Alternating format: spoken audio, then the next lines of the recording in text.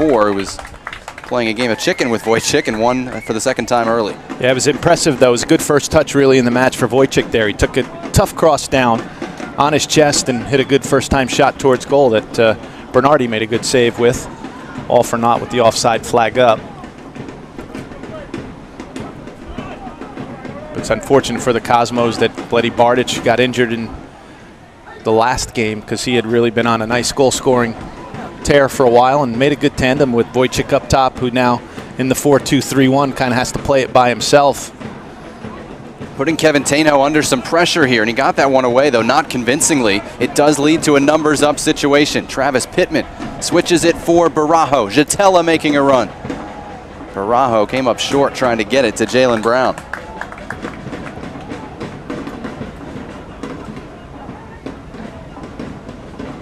More of a 4-1-3-2 from Brooklyn. How are you looking at this? Thristino seems to be playing more like an out-and-out forward than he is a winger. Yeah, and we thought coach had said he'd kind of be playing as a right wing. When I've seen them, he's played right wing, but he scored 3 goals on Wednesday, and I didn't get any film from that one. So Thristino out of Adelphi is one to watch on the Brooklyn side. Cosmos are on the attack, though.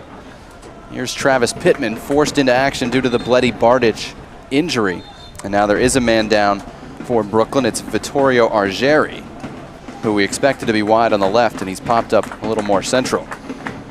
Yeah, those formations are really where you're just starting on the field, but it's a fluid game, constantly changing. You know, it might be one when you have the ball. It might be a different type formation when you don't. Suchecki coming back to help defensively in case the Cosmos loft one into the box. 6'4" forward at Northern Kentucky. Nieskin's going to have it, but good 10 yards over the top of Mike Bernardi's goal.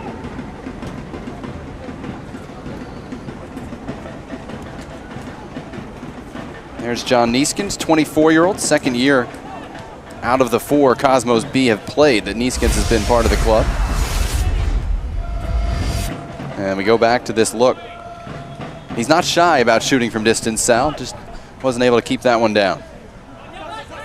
I thought at times the Cosmos in some of their previous matches maybe a little trying to get a little too perfect, making the goal that extra pass sometimes instead of taking a shot that's available. So especially early in the game, goalkeeper hasn't been tested yet. I'm all for shots from distance.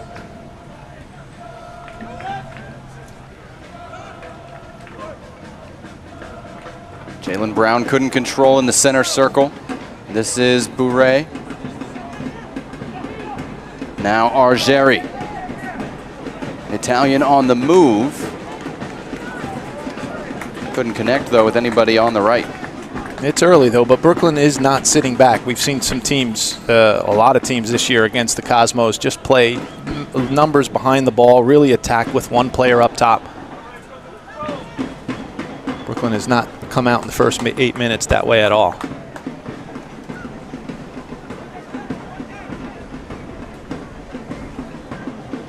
This is Olafsson for Tayeb, who will be a redshirt junior at St. Francis Brooklyn in the fall. Casey Barone got it to Argeri. Has Thristino ahead of him instead. Was thinking about the switch. Now it's turned over, but Garcia can't hold it. Well won by Mattia Cella. 22-year-old who will be at Division II Caldwell this fall. Switches it for Barone. That's fired from distance. Confidence from Bourret, but just like Nieskins, over the bar. Again, early in the game, though, goalkeeper Tainho really hasn't gotten a touch just yet for the Cosmos. It's never a bad play. Goalkeepers, as the game goes on, they like to get those first couple of touches in, get some confidence in the match. And that looked like it missed by a bunch, but that shot there really was just a fraction off from catching it right from Bourret, from being on target and being dangerous.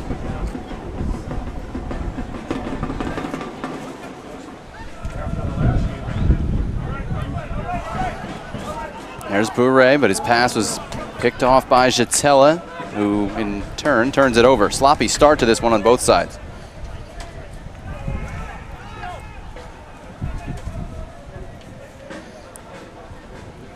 Olafsson, Norwegian, transferred from UConn to FIU, which has really become an NCAA powerhouse, ranked in the top 25, ranked in the top 15 at times last year.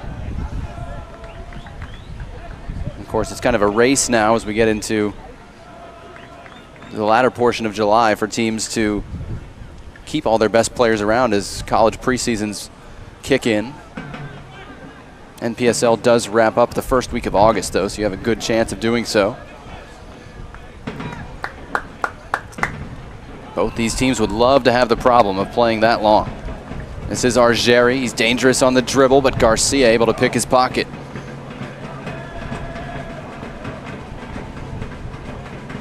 Jimenez got that to the big man, Suchecki. Garrett Halfhill clears for the Cosmos. This is Mattia Cella. And it did come off a Brooklyn hand. It'll be a Cosmos free kick.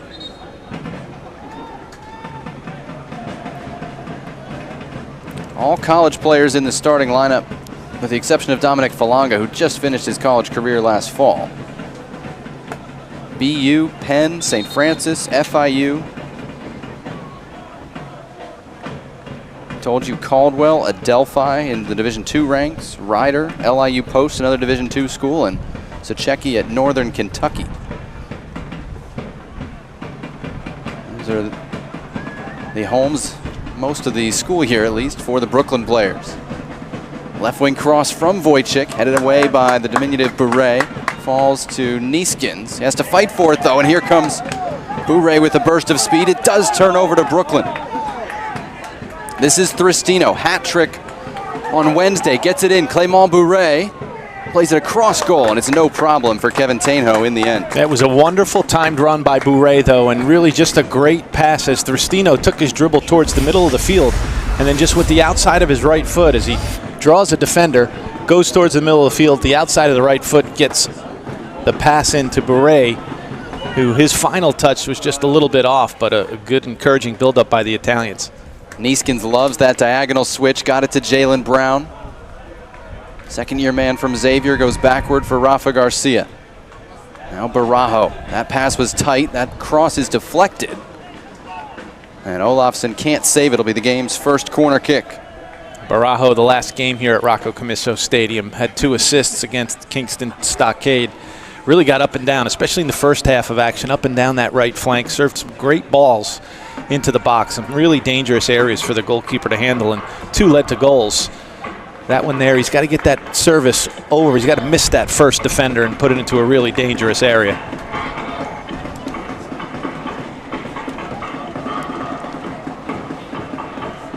It'll be Neeskens to take the corner. In swinger. Back post, Pittman is there, but heads it wide, and it's no problem for Mike Bernardi. Goal kick to Brooklyn.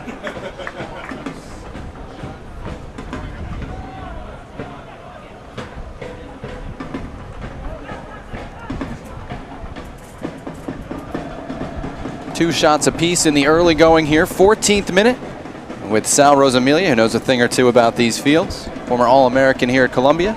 I'm Jonathan Yardley. So glad you could join us as the NPSL postseason continues. Big games all over the place in the league today.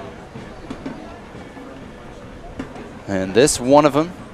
Each team, were they to lose, would still have a chance based on their regular season record to advance. But they don't want to go in that way. You want to go in on a winning high note. Wojcik's pass too far for Pittman. Probably a good thing since it came off the referee in the buildup. Cosmos, of course, coached by Carlos Mendez, captain of the team as a player and his first year as a head coach. And Brooklyn coached by Dominic Cassiato, English-raised son of Italian parents. So he kind of fits in with the Brooklyn Italians in exile. Well, not really in exile. Expatriates, if you will, on the far side. He's been the director of coaching for Brooklyn. That's the whole organization since 2014.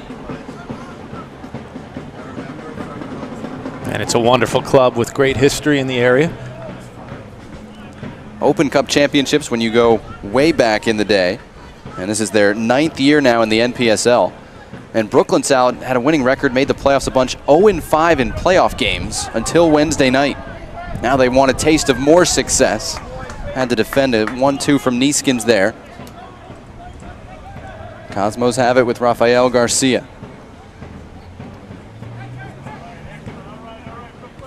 There's the triangle out of trouble.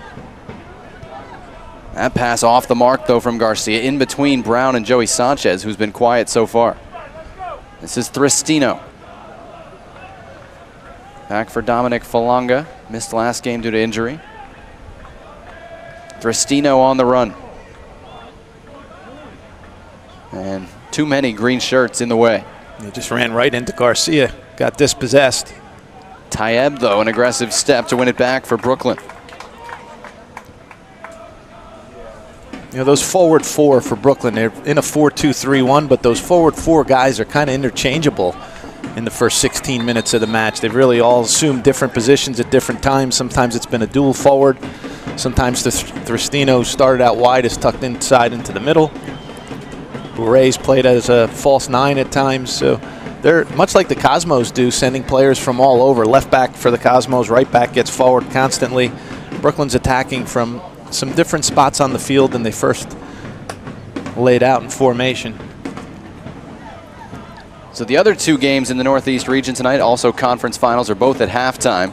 And in the Keystone Conference, Westchester United leads the favorite and host FC Motown 1-0. I say favorite because Motown won the regular season, but Westchester's beaten them on penalty kicks and in regulation this year. Trying to continue that trend. That's 1-0 Westchester United at halftime. And in the Mid-Atlantic, FC Frederick, which is about 500 in the regular season, is tied 1-1 with the favorite and host FC Baltimore. That's also at halftime. Well, that's really got your mind working right now, figuring out playoff stuff, yeah. Right? Oh, yeah. Yeah, I could see it exploding next to me. Just wait till we get the Chattanooga score. Chattanooga-Atlanta, one of the big matchups in the NPSL tonight. You've adopted that FC Motown kind of as your home team. It's not kind of. I mean, Motown, that's born and raised, man. Broken up by Mattia Cella there. I follow him. I won't lie. I follow the Cosmos. Keep an eye on the NPSL. Great combination play there. Advantage played as Garcia committed a foul. And a burst of speed through the middle. Argeri finds Bourré out wide. So Checky, the big man in the box. Clément Bourré. Saw that one deflected and cleared away by Halfhill. Good first touch by Casey Barone.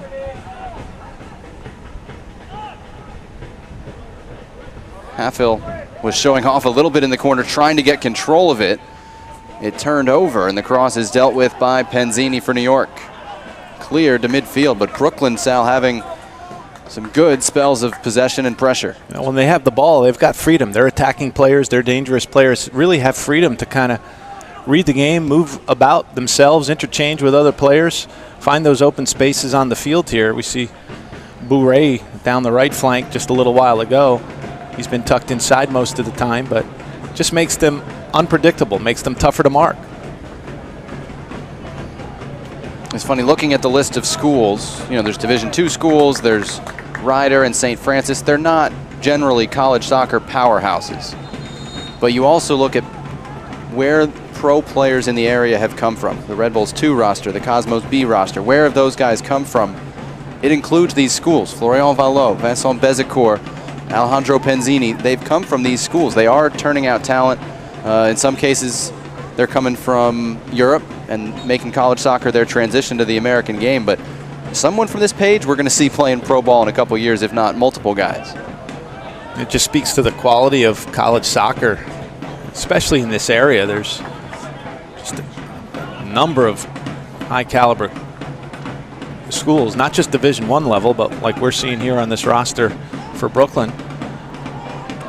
Again, Sanchez was fouled, and Pashai correctly plays advantage. Second straight advantage, one against each team.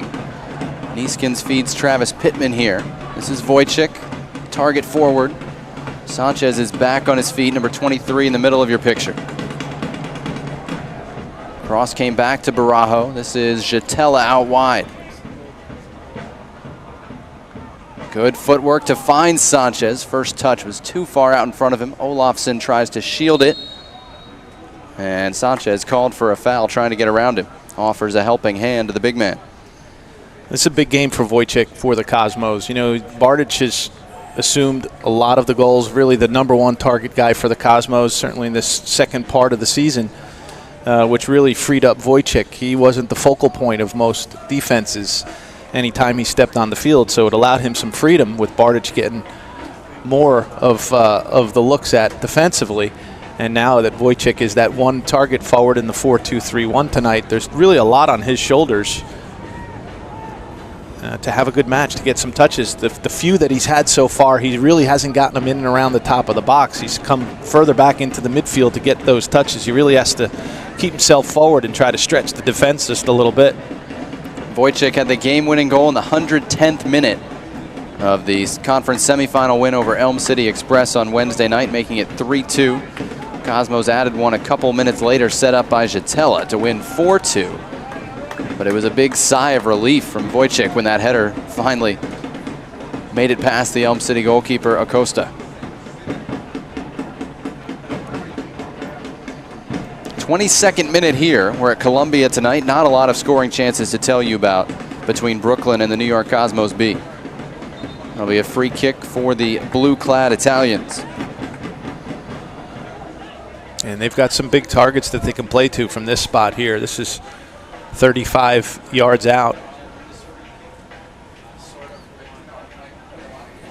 Certainly a spot on the field where you can serve a pretty dangerous ball right around the penalty spot to some of those big target forwards and center backs. Simon Olofsson, number 4, in the area. They take it short out wide where they had a numerical advantage. Shot from outside the box is blocked. That was Argeri trying to get it through traffic. Wojciech trying to hold it up. Jalen Brown gets it forward. Joey Sanchez running onto it. Pittman making the run in the middle of the field. Wojciech has Jatella.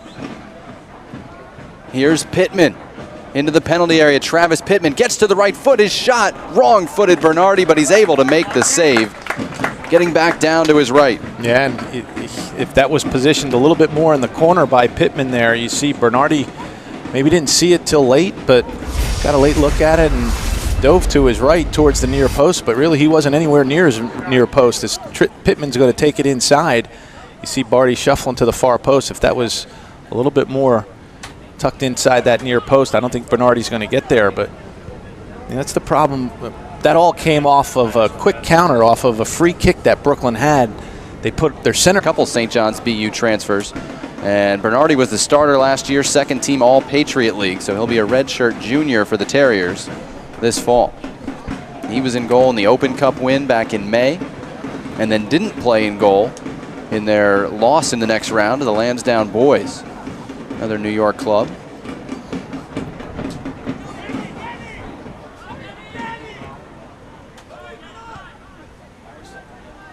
Here's Neeskins on the near side, working against Casey Barone.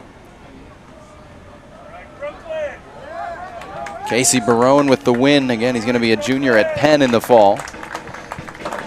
And it'll be a throw-in for the Italians. 27 is Sacecki.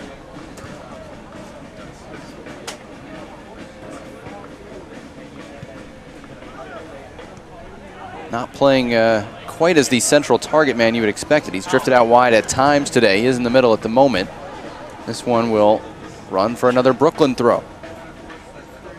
Yeah, Sacecki, Bourret, Thristino, those three really are kind of interchangeable, and Argeri even that front 4 for Brooklyn. The ability to really play, all 4 players can play any of those 4 positions. Quickly turns over from the throw-in though. Wojciech all alone, waiting for some support.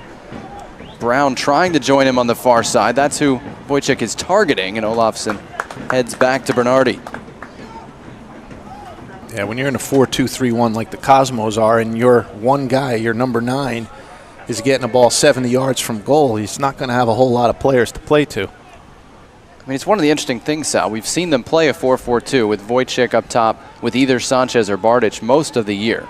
Bardic is hurt, and Espinal, who had been out wide, is hurt. He is available off the bench today. And Carlos Mendez switches to a 4-2-3-1.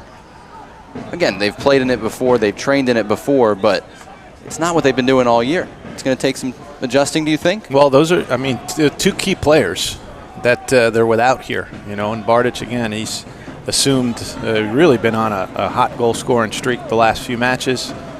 So losing that, and then it just kind of it trickles down. So most defenses have been geared towards trying to stop Bardich, and that gives some freedom to Wojcik and some others. And now when Bardich isn't there, it just makes it that much more difficult for everyone else. You know, formation, they can still have numbers forward. They're still getting outside backs forward. They're still getting guys forward into the box, but they're losing possession in the middle third of the field at this point a little too quickly.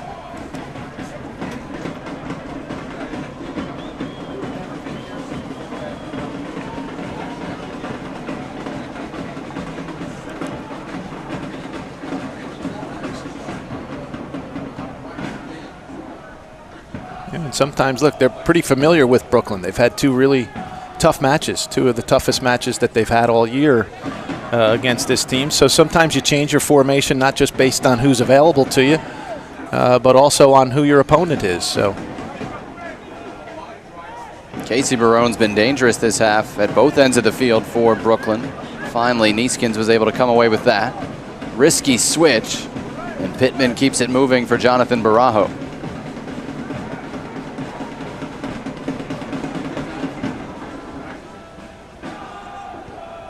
A lot of space on the near side for Neeskens.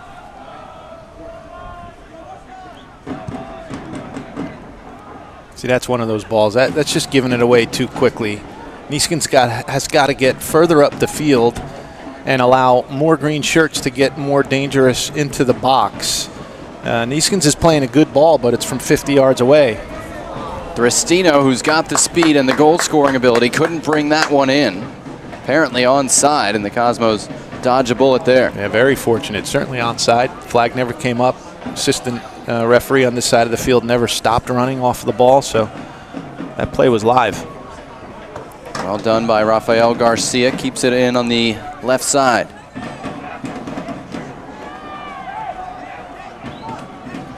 Late tackle there, and Bardiel Pashai is playing advantage when the ball went back 15 yards. He did warn Anthony Jimenez. Jalen Brown trying to go 1v1. Cross took a deflection, and Bernardi can't keep it in. Corner kick coming for the New York Cosmos B. And this is where they've been dangerous, when they've been getting the wing play, the wide play further down the field before serving those balls in the box, allowing them to get more players into the box, into dangerous areas. This time it creates a corner kick for the Cosmos.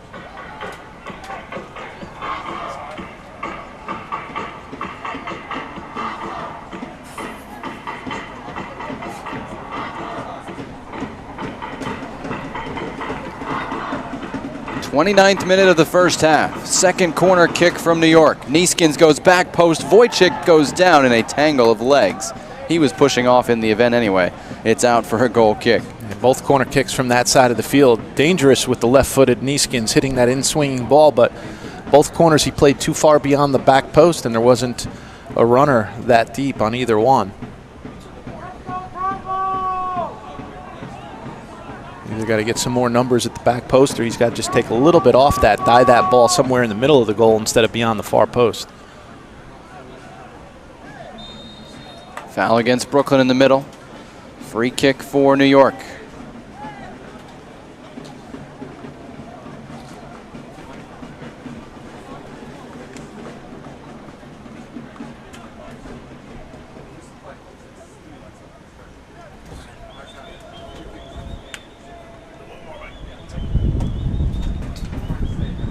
Garcia able to get it to Neeskens.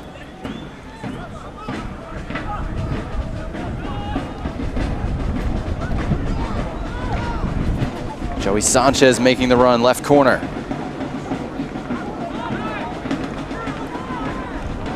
Flag never went up, that ball stayed in. Brooklyn able to get out of it again with one-touch passing. Neeskens knocks it out for an Italian's throw.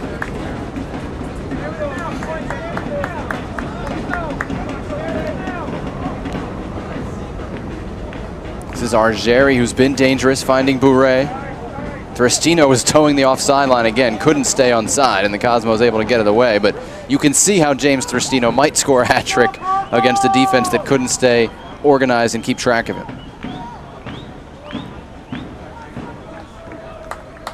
That was Wednesday. They beat Hartford City, who, as you said, Sal, had beaten them 3-0 during the regular season. That's one of their regular season losses.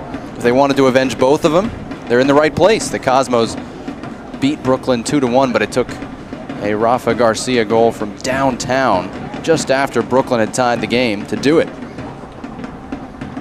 Barajo looking for Wojcik, able to bring it down. Wojcik's shot was deflected and collected by Bernardi in the end. Whether it was defender or goalkeeper, Brooklyn maybe made the defensive play of the game so far. Yeah, Wojcik did really well to take down that cross from Barajo, as we'll see right here. Missing that first defender. That one goes to the far post. Great first touch by Wojcik, putting it right where he wanted to, and brilliant defending by Taib to knock that shot away from Wojcik.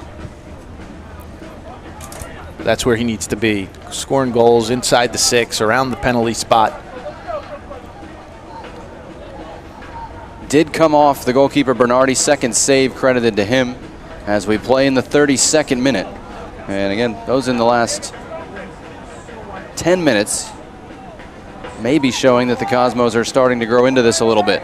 Brooklyn still dangerous though. Falanga's cross, just too high for Thristino. And it's an easy collect for Tainho. Yeah, it was headed up in the air by Halfhill, and that was an important header. It missed Thristino at the near post, but Suchecki was right behind Halfhill. If Halfhill didn't get that header away for the Cosmos, big target forward, Suchecki was waiting in a good spot for Brooklyn.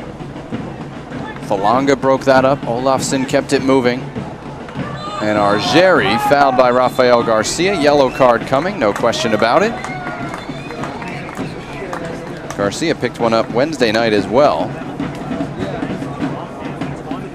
I can't say I'm as versed on the NPSL yellow card accumulation rules as I am on those of the World Cup, so I don't think he's in any danger of being suspended at this point.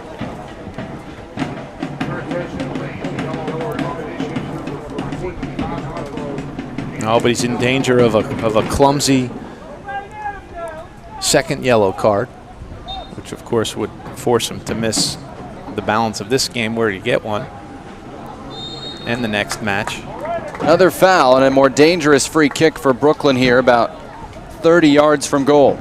Yeah, about the angle that they had the last time where they decided to play it short. They've got all 11 players inside 10 players, minus the goalkeeper, inside 35 yards of Kevin Tainho, including the big center backs getting now into the top of the box. So I wouldn't go short with this one. I'd put this into a dangerous area sometime around, somewhere near around the penalty spot and the 6-yard line, and see if those big center backs can get on the tail end of it. You also got Suchecki as well. 3 players clearly over 6 foot. Driven on goal and just wide of target. Elm City scored from a free kick to tie the game on Wednesday night. Kevin Tainho not beaten this time, as Clément Bourret tried to go near post. Yeah, he really had to quickly shovel across there.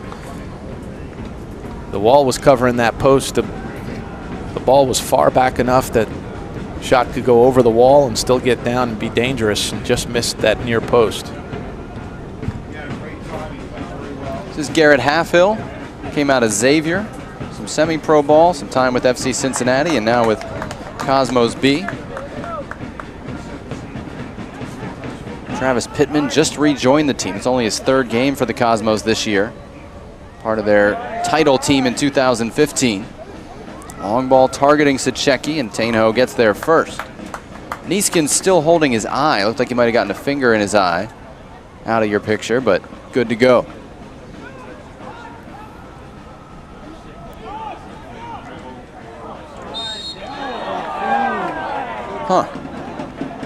Bourret called for wrapping around Jatella. That was interesting. It'll be a free kick for New York. Yeah, Jatella was sure there was a foul there. Bourret didn't argue with it. Awfully confident. Yeah, and he must have been right, because there was really no complaint from Bourret after the fact.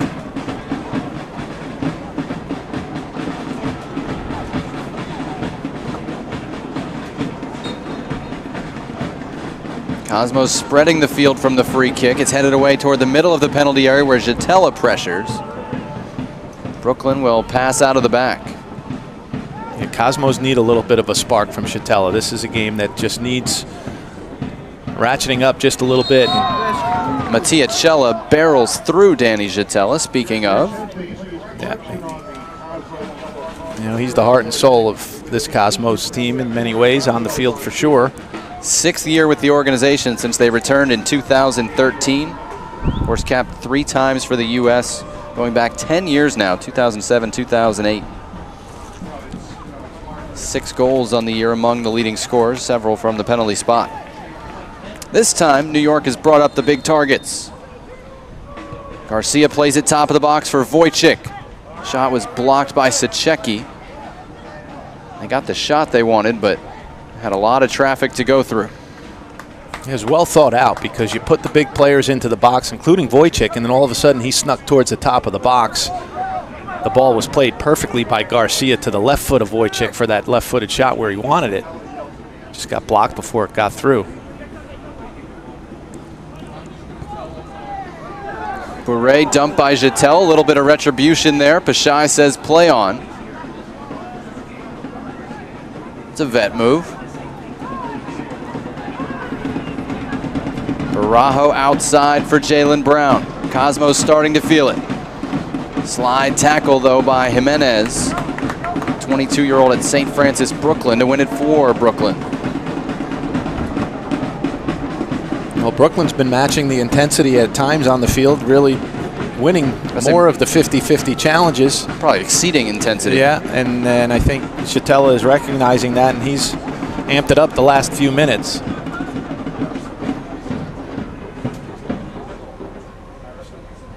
Showing the heart and the desire we've come to expect from the captain.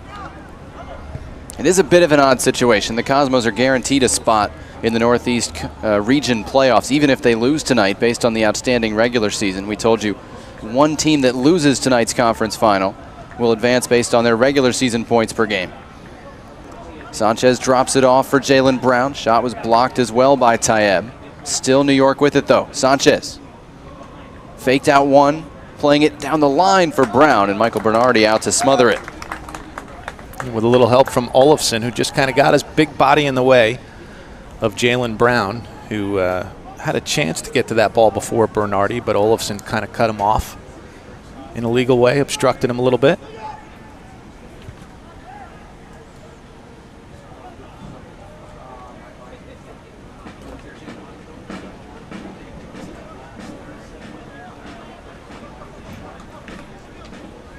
.39th minute, no score. Best 2 scoring chances have fallen to the Cosmos, both saved by Mike Bernardi.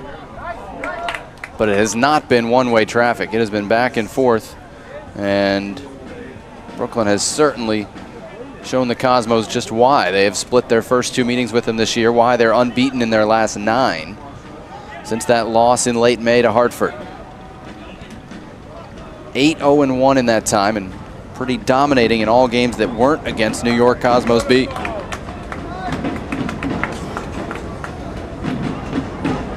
And the NPSL has a wide variety of teams. You know, you get some teams with older players that have been around for a while. They train a couple times a week when their players are available. You have a professional group like the Cosmos who train several times a week. Brooklyn, this is what they're doing this summer. These guys are all collegiate soccer players getting ready for the fall, trying to impress scouts. They train every day.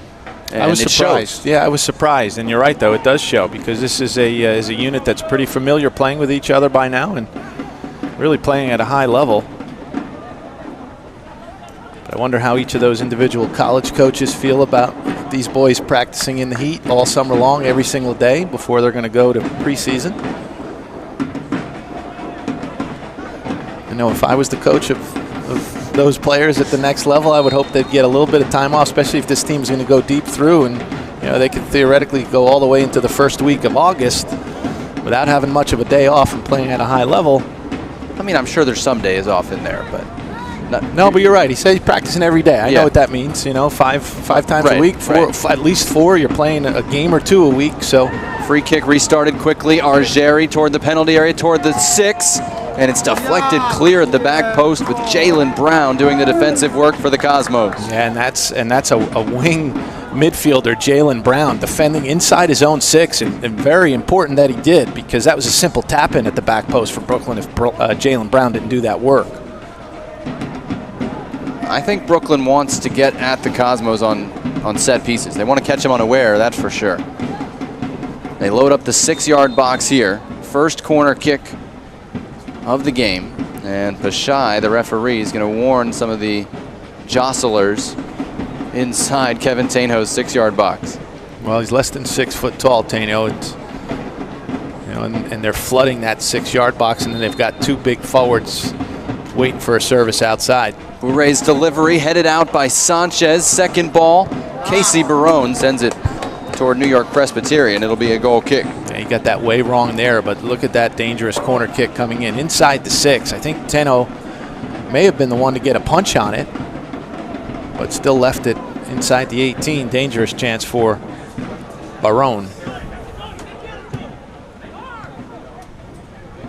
We were supposed to have 2 Giuseppe Barones in this game, but the Cosmos one didn't dress, and the Italians' Giuseppe Barone is only available off the bench, so we're left with Casey Barone, no relation. Sanchez and Barajo didn't quite have the timing right on that one. This is Mattia Cella, a big guy, dwelled on the ball too long though and has to give away a free kick. Well, since you brought it up, is there a relation between the other Barones, or? No. No, it's all Barones and Barones. Nobody's related to anybody. But they might be Italian, so somewhere along the line, maybe. The one who's available today, who we could see, his dad is Joe Barone, who has Cosmos, NPSL, and Italians ties. All right, got that. That's the one relationship we're sure of. Nieskin's delivery, headed clear. Yeah, that's that left-footed service from Nieskins, and he could really start that ball deeper, closer to Bernardi before he swerves that away from the goalkeeper. You almost start that ball at the near post with as much bend as Nieskins is able to put on that ball. If he starts that at the near post, it just then pulls away from Bernardi, the goalkeeper, at the top of the 6, in a really dangerous spot for some of the green shirts to attack. Wojcik turns it over to Bourret. Well left by Thristino, but well read by Garrett Halfhill. That's the center back, Olafsson, reading the play, stepping forward and continuing. Argeri has men at the back post if he can find him. Takes Halfhill. Argeri at the near post. That was deflected by Chatella. It's going to be a corner. Brooklyn again has shown the ability to go from defense to offense pretty quickly and not afraid to press numbers forward.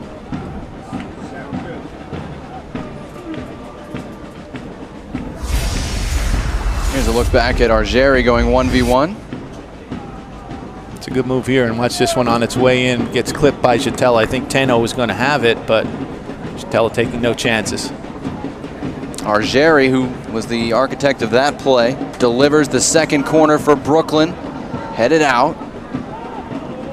And Mattia Cella was right there. That just missed by half a foot. He was wide open at the near post. Really good read by Penzini because Olafsson was sneaking in there. Chatella cleared that right to the middle of the field, and Mattia Cella. He finds Bourret, chance to chip the keeper. It's just too high. And he knew exactly what he was doing there, Bourret. Taino was off his line just a little bit, maybe 2 or 3 yards off his goal line. Again, we talked about not a huge keeper in terms of height, and watch Bourret just takes a quick little peek, sees him off his line, tries to go over the top, but Taino had it covered, read it quickly. 7th official shot for the Italians. None have forced a save from Kevin Taino. Wojcik. Out wide for the continuing run of Nieskins, plays it early, nobody there in green, and it's tackled away by Tayeb for a Cosmos corner kick as we're into first half stoppage time.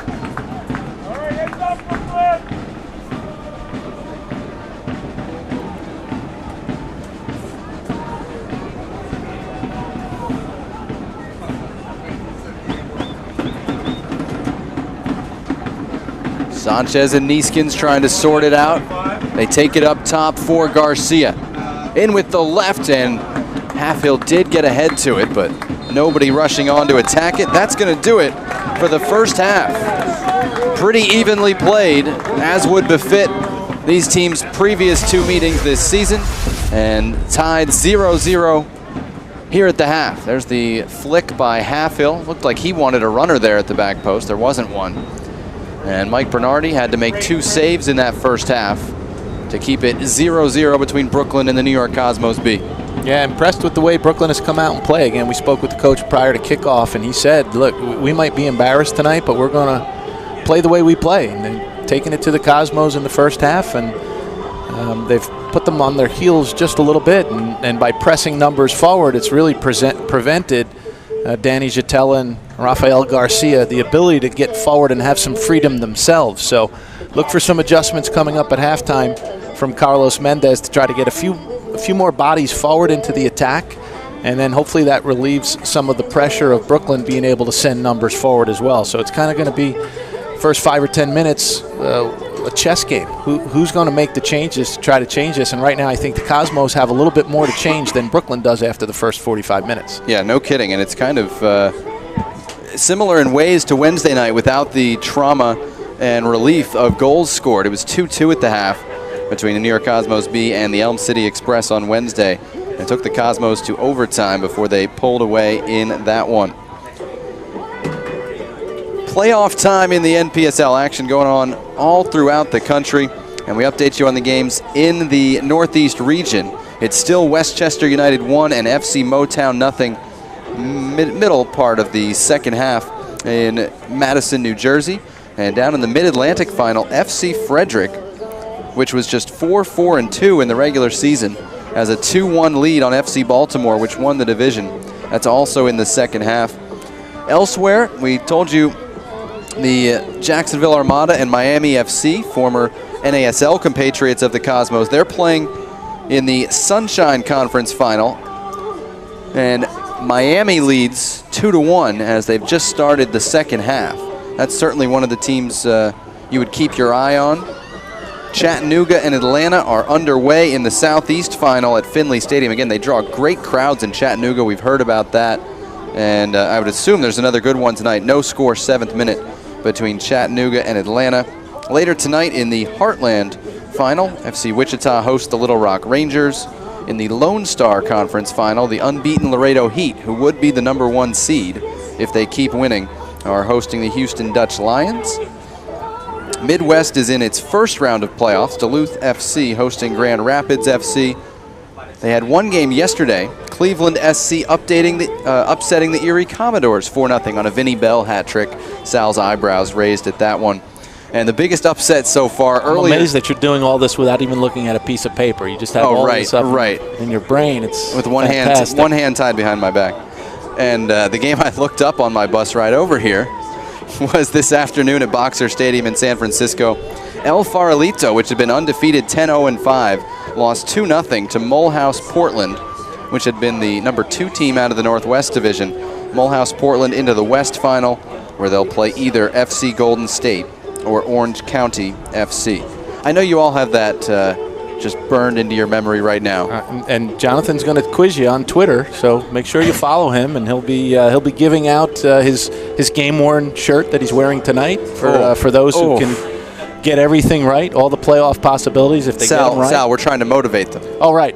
So he won't be doing that, but he'll be giving you something.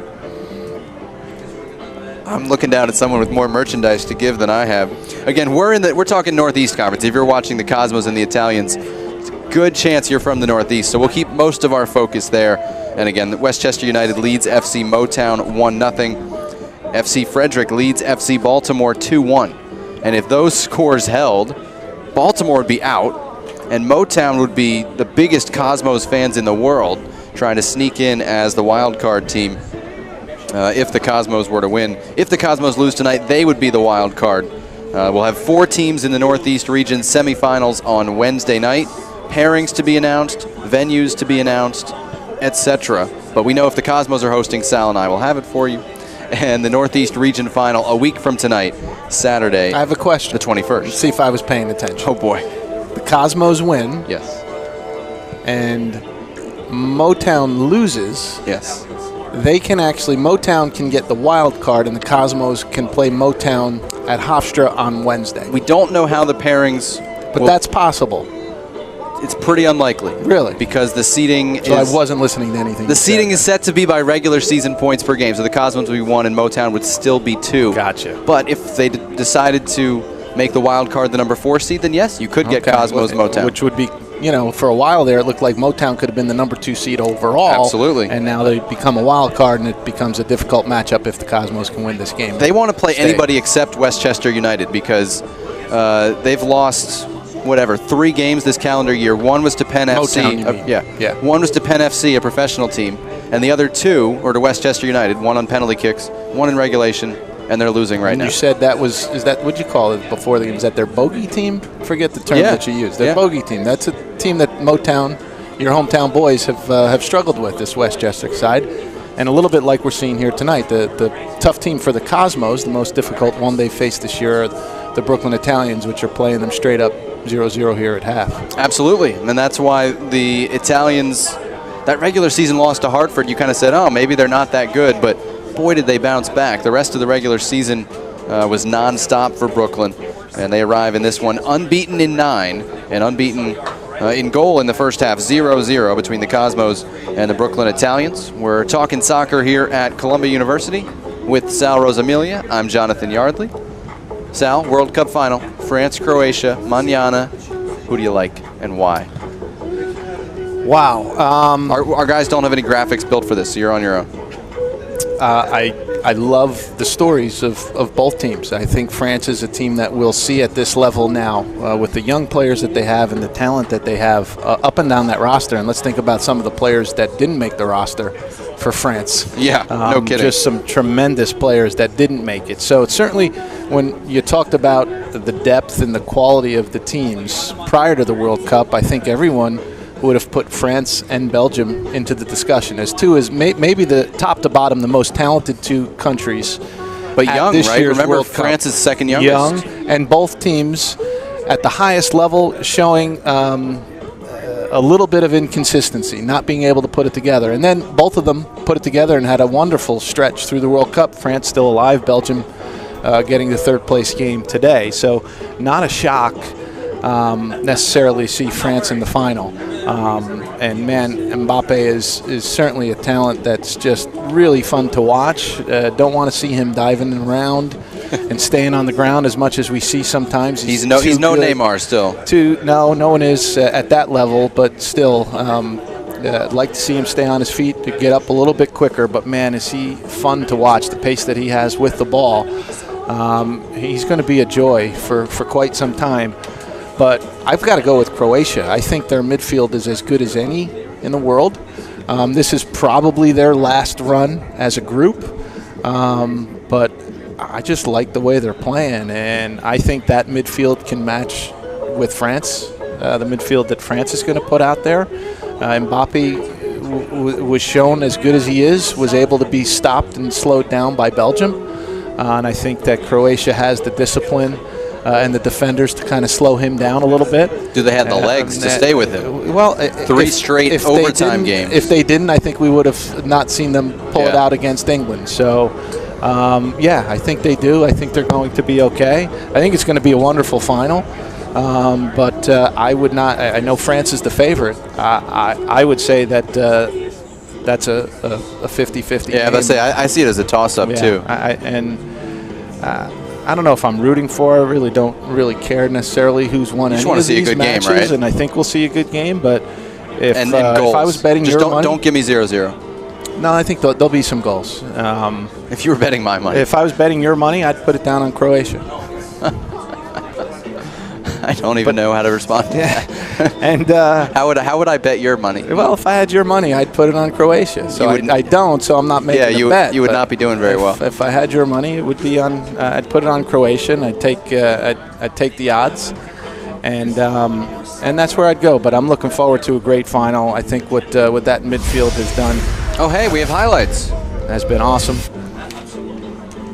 This is one of the Cosmos' that's that best first chances. Touch there by Wojcik, and then it was defended, knocked away by Taib before the goalkeeper got a piece of it. And then Pittman now gets to his right foot. Again, sliding over is Bernardi. He left a lot of goal on that near post, and Pittman was just not able to get it closer to the near post, or that could have been a goal for New York. Stepovers were fun, though. And Brooklyn was a lot of fun attacking at this end. Bourret didn't get this on target or find a teammate making the cut, but they were dangerous, often on the counter.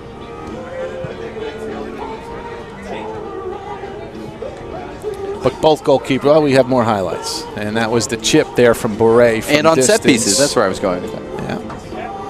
Yeah. But back to the final tomorrow, I think both goalkeepers have shown an ability to be real quality. You know, Yes. Lloris has been excellent. Courtois has been excellent. The Croatian goalkeeper has been really solid too, not just in penalty kicks. So if Croatia's being outplayed at times during the game tomorrow, I think that they can lean on the goalkeeper just a little bit to keep him into it. And I'm looking for a 2-1 Croatia win. Numbers from the first half of our game, not a whole lot separating the teams. Cosmos did have the only 2 shots on goal of the first half and also the only 2 offside decisions. But otherwise pretty even between Brooklyn and the New York Cosmos B here in the NPSL North Atlantic Conference Championship game.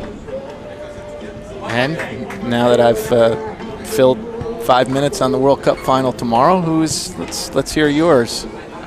Well, I mean, I'm with you on Croatia's midfield. They're just terrific to watch. They've shifted shape. They've moved Modric around, and they've still been effective every time. Modric covers so much ground. It's really been a joy to watch. I go back a little bit farther with France. I would put your money on France, just because they've been here before, having been to the Euro 2016 final.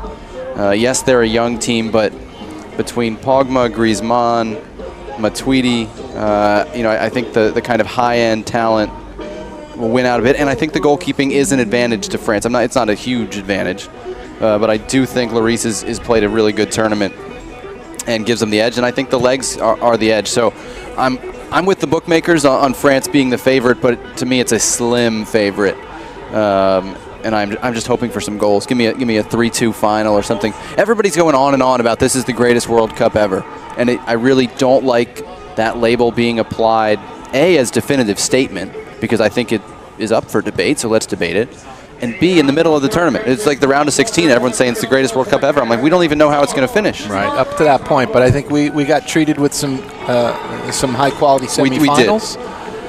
So it's continuing on. I don't think France-Argentina for me was still the game of the tournament. That 4-3 game was legit. Yeah. I mean, don't get me wrong. The Belgium game, Spain-Portugal, there were other good games. Spain-Portugal was good. Yeah, Belgium-Japan was excellent. Yep.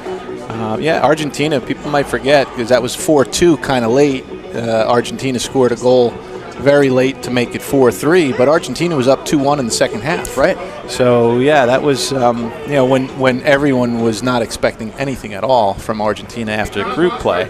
I was stuck on an airplane for that one, and I got so fortunate that the reception on the TV worked, and I was able to see most of the goals. And I'm coming out of my seat like, holy moly, France is scoring these goals, and the other passengers looking at me like, what are you doing? I woke up the woman next to me because the flight attendant leaned over to see the score once he realized what the game was, and he woke up the person next to me. And luckily, she was cool about it. Did she report you? No, the flight attendant was coming through, and I came out of my seat for one of those French goals. And the flight attendant was a guy who was at least interested enough, and so he kind of leans over, and he woke the woman up. I'm like, dude, what are you doing? She's sleeping. It wasn't on me. It was on him, really. But or pass the blame. We don't know that guy and what his side of the story is. But anyway, that's my second best World Cup story. The other is I was in Portugal when Spain and Portugal played. And so my wife and I were on vacation, and we go to dinner that night, and we know the game's on, so we tried to arrive right as the game's starting, and we walk into the restaurant, and the wait staff and most of the patrons are standing there, hands on their hearts, singing out the Portuguese national anthem. And that was pretty cool to watch and to be there for that. That's all I got on the World Cup. My daughter has officially watched 0 of it, based on the rules of the house. Unofficially, she's snuck a few. How old? Snuck a few moments. 2.5. 2.5. It's never too early. She likes red, so she was rooting for Belgium. England? Yeah, but they weren't in red the game I showed her. Okay. Yeah. Portugal? No, she didn't see any of that. That's maroon. Is it? I'm bad with colors. Spain? I mean, it would have worked if I had shown her any Spain, I'm sure. Should we get back to the topic at hand? The Brooklyn Italians. We told you a lot about their resume. Second in the North Atlantic Conference during the regular season. Beat Hartford City on Wednesday to get here. Great numbers, tied with the Cosmos B for the best defense, and they have been terrific of late. Won 6 straight, unbeaten in their last 9. And scoring a bunch of goals. And after watching the first half against the Cosmos here, it comes as no surprise. They're attacking with numbers. Their front 4 are all quality players. Ability to beat defenders one-on-one. They've got some big guys that they can put into the box on dead balls. And they are not sitting back. They are taking the game to New York. And right now, toe-to-toe with them. Second half underway in the NPSL North Atlantic Conference Final. The Brooklyn Italians in blue, second in the North Atlantic in the regular season. The New York Cosmos in green won the regular season title, but split their meetings with these Italians. And a man down right off the bat. It will be a free kick for Brooklyn. Zaire Bartley comes in at halftime for the New York Cosmos. I believe he's in place of Travis Pittman, and Bartley was really a danger. Number 17 on the ball right here for the Cosmos, and I like this substitution by Carlos Mendes. He's not waiting for the 60th minute. He's going to insert some energy.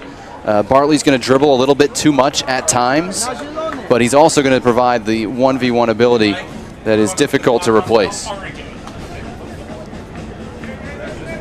It's the only sub we've seen so far. We'll let you know if we see any more. Brooklyn on the attack here with Argeri. Left-footed shot, no problem for Tainho as he gets down to his right. Again, quick counterattack ability by Brooklyn, but you're right about that substitution. We talked a little bit in the midfield where Brooklyn was winning some of the 50-50 balls a little bit more than maybe the Cosmos were. And this is certainly an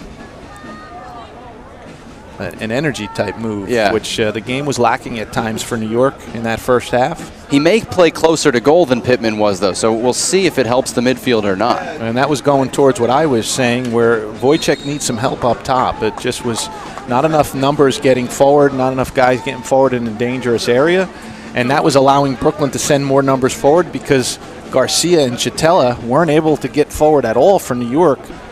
So the midfield of Brooklyn didn't have to defend as much.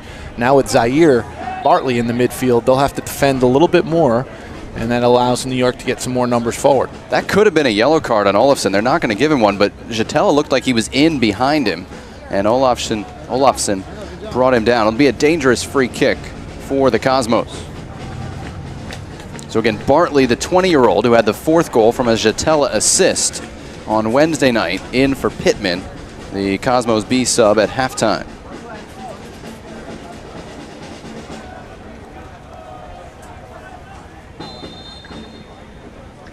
Nieskin's delivery seriously overhit at the back post. That's going to be a frustrating night for him from dead balls. It's the 3rd one. He overhit 2 in the first half corner kicks, way beyond the far post, beyond any runs that the Cosmos had, and that doesn't even give your guys a chance. Nope. And with his left foot from that spot there, he should almost be shooting that to the far corner, whipping it around the wall, keeping it on frame the entire time, letting his in-swinger, letting that ball work towards the far corner, and then just have runs diving, attacking that far post and hoping for some sort of deflection.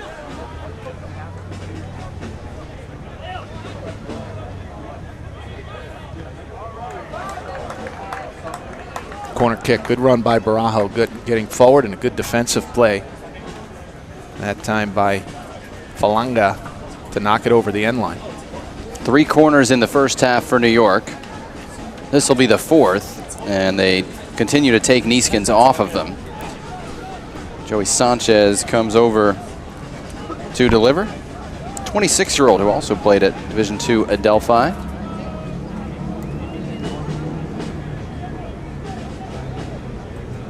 Delivers the corner. That's more dangerous. Bounces in the box. Penzini's shot takes a deflection. Flag is up for offside against Garrett Halfhill. And a very good chance for New York. Not going to turn into anything. Yeah, scramble in the box. Some defending there. Blocking shots by the Italians. A couple of players down as we see it here. That was redirected. Halfhill there going at it with Tayyib. And a couple of players slow to get up, but everybody now up on both sides. And everyone looks like they're able to continue.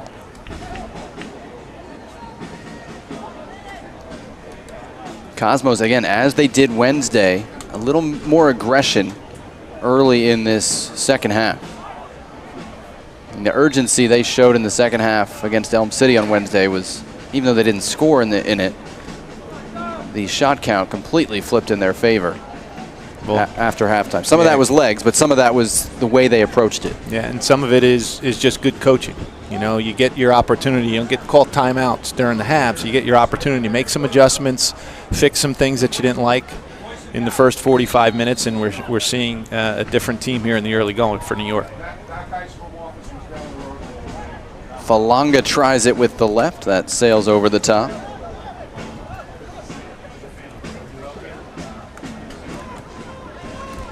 You know, the ability to, and Giovanni Savarese was always excellent for the Cosmos with that, and we're seeing him do a wonderful job now for the Portland Timbers this year.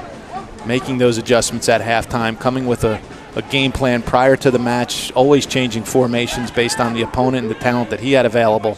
But his halftime adjustments were always spot on for the Cosmos through the years, and we see Carlos Mendez has learned from a pretty good mentor. Halfhill with a step up into the attack. It goes wide for Sanchez. Has Jaylen Brown wide open at the back post. Finds him, and Brown can't bring it in. Been a rough game so far for Jaylen Brown. Chatella got past two, gets the ball back, going to the corner, and it's just out of his reach off the foot of Barajo. Yeah, Danny Chatella wants that ball at his feet, played close to his feet as much as possible. There's some players you don't mind playing them into space, into wide open areas on the field, and just have them use their pace and go attack it. But from where Chatella is normally most comfortable, that's just a little too far for him at this point. He's Sal Rosamilia. I'm Jonathan Yardley. Glad you're joining us from the Rocco B. Camiso Soccer Stadium at Columbia University. North Atlantic Conference Final in the NPSL. New York Cosmos be unbeaten in the NPSL, but barely after the overtime win Wednesday. And the Brooklyn Italians, who have avenged one of their two losses this season in the NPSL, trying to avenge the other. Still leads late in the other games in the Northeast region. Westchester United leads 1-0. They're in the final 10 minutes in New Jersey. And FC Frederick leading FC Baltimore 2-1. Yellow card to Danny Chatella here. 53rd minute. So both Chatella and Rafael Garcia on yellow cards now for the duration of the second half. And of course, overtime and penalty kicks do loom tonight. Yep. And with some of the players that the Cosmos are without due to injury, a second yellow card for either of those two would most likely keep them out of Wednesday's game. And that's you know, your two defensive midfielders are now both on yellows for the bulk of the second half. They've got to be real careful now into any tackles. A midfield in which they're vastly outnumbered the way Brooklyn is playing. I'm seeing a diamond midfield in this second half, just in trying to get a grasp of it. But Argeri is playing point with Bourret and Jimenez wide, and Chella a deep man behind them.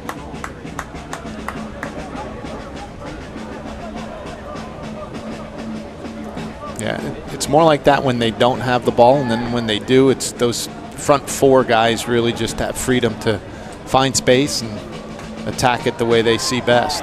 If you haven't figured it out, Sal and I appreciate dissecting formations. Penzini had his hands all over a Brooklyn player and got the foul called in his favor. Falanga missed that one. It falls to Jaylen Brown. Numbers up for the New York Cosmos B. Jaylen Brown goes end line. Cross was blocked.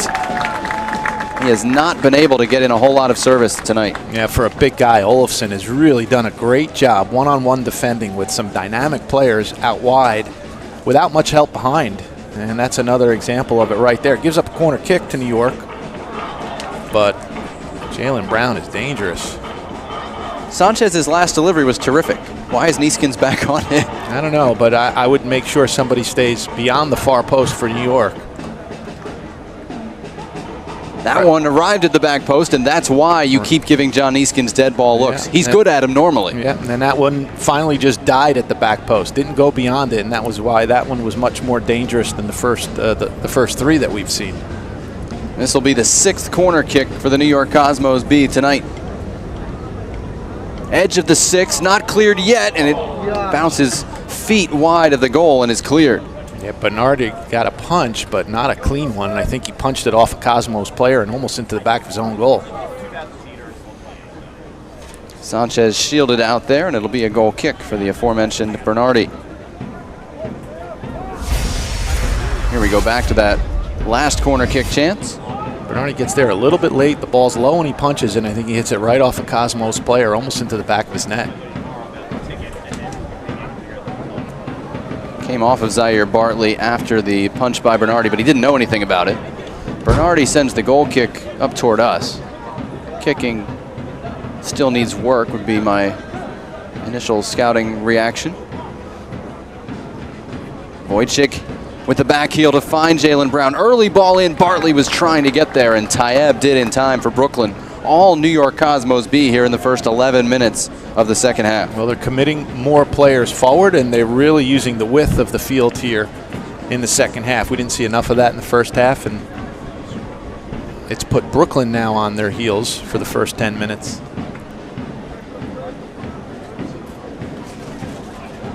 Yet another corner from Neeskens. Bernardi comes, boxes it away. Halfhill wants to get it back in. Penzini. Offside flag was up again.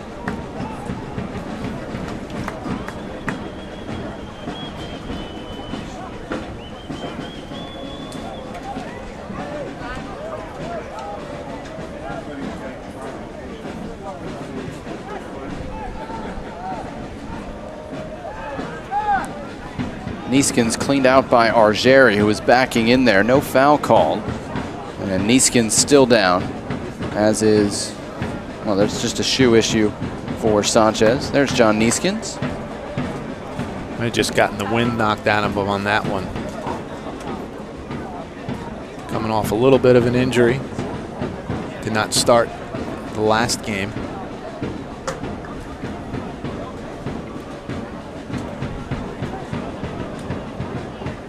You know, the regular season we saw both these teams, really, the Cosmos and the Italians, run up some pretty big scores. There's a 6-1 win, you know, 5-3, 5-2, 4-2. Playoffs have been a different story. I know it finished 4-2 on Wednesday, but it was 2-2 through regulation, and it's just been much tighter in general. And we're seeing that tonight, even as the Cosmos start to turn up the urgency in the second half. Anyone who thought the big goal differential meant the Cosmos, FC Motown, Laredo Heat, whoever you looked at in the NPSL was going to run away with even the conference title was mistaken. Jatella stripped that from Thristino, but the pass given away, picked off by Jimenez. Cross looking for Sicecki, and it drifted too close to the goalkeeper, Tainho. It just tells you in the league there are so many teams. So there are some that just are not up to the level and the quality of the Cosmos and Brooklyn and some of these playoff teams. But the good teams, the playoff teams, are all really pretty good and pretty evenly matched. Garcia got involved off the ball with Thristino, which is risky on a yellow card. Barajo's cross, Zaire Bartley's header. Bernardi knocked it away at the near post. Best chance of this second half for the New York Cosmos B.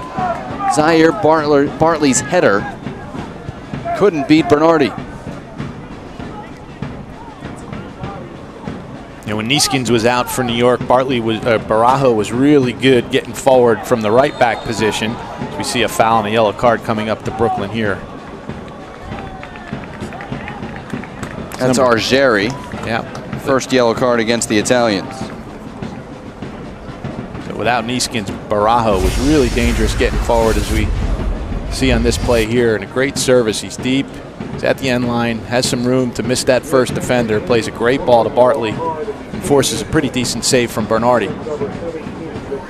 You said 2 assists against Kingston here a couple weeks ago. Or was it just last Saturday now?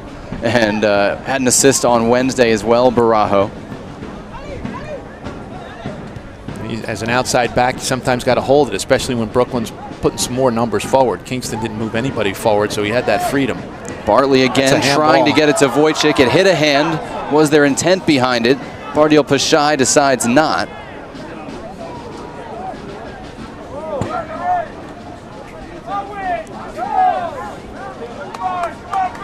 Now a chance for Casey Barone. Playing it low, wide open look is blocked by Penzini as it came off the foot of Thristino. Again, Brooklyn showing an ability to counterattack very quickly. And Thristino, that was a huge block from Penzini because that was headed towards the far post, and I'm not sure Taino could have gotten there in time. That would have been some kind of controversy based on the non-handball call at the other end. I heard you mention was the intent there. I think a lot of times the intent is not there, but it's still a handball. That looked like a clear handball to me. I don't know if you can hear Jonathan's excitement here as FC Motown, his home team, just tied the match 1-1. That's over in the Keystone final. It could affect these teams. FC Frederick trying to close out FC Baltimore in the other game in the final minutes there into stoppage time. But we've got a conversation here between the referee Pashai and the far side assistant Ben Schnell. And he just shoved Mattia Cello away from Brooklyn, trying to come over and find out what was going on. Danny Chatella now, the Cosmos captain, is going to come over and see if he could figure what this is all about.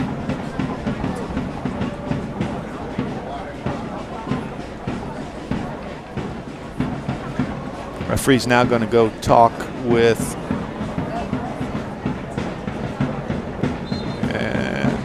who? Going to call Bartley over. Well, no. Yellow card to Thristino and yellow card to Tainho here in the 62nd minute. If you're scoring at home. I told you Thristino was trying to get Garcia involved in something early. He was trying to get him thrown out when they collided. And he's working as an agitator there. He and Tainho pick up yellows.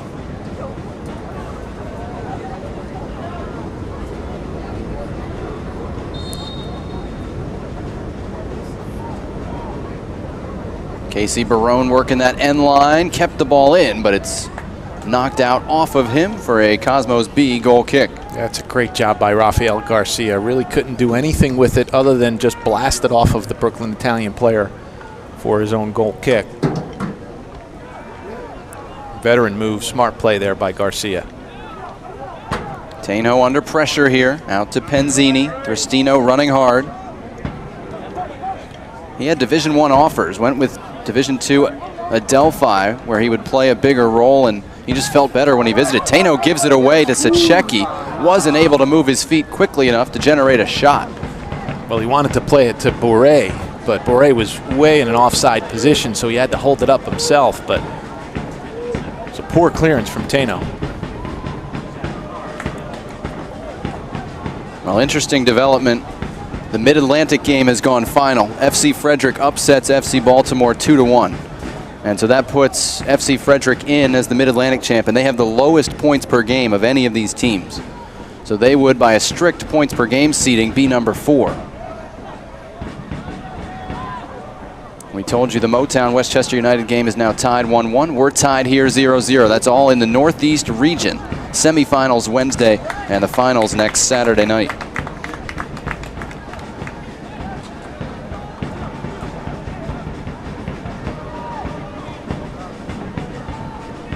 Cosmos will be one of the 4 teams playing. We know that. Brooklyn trying to join them.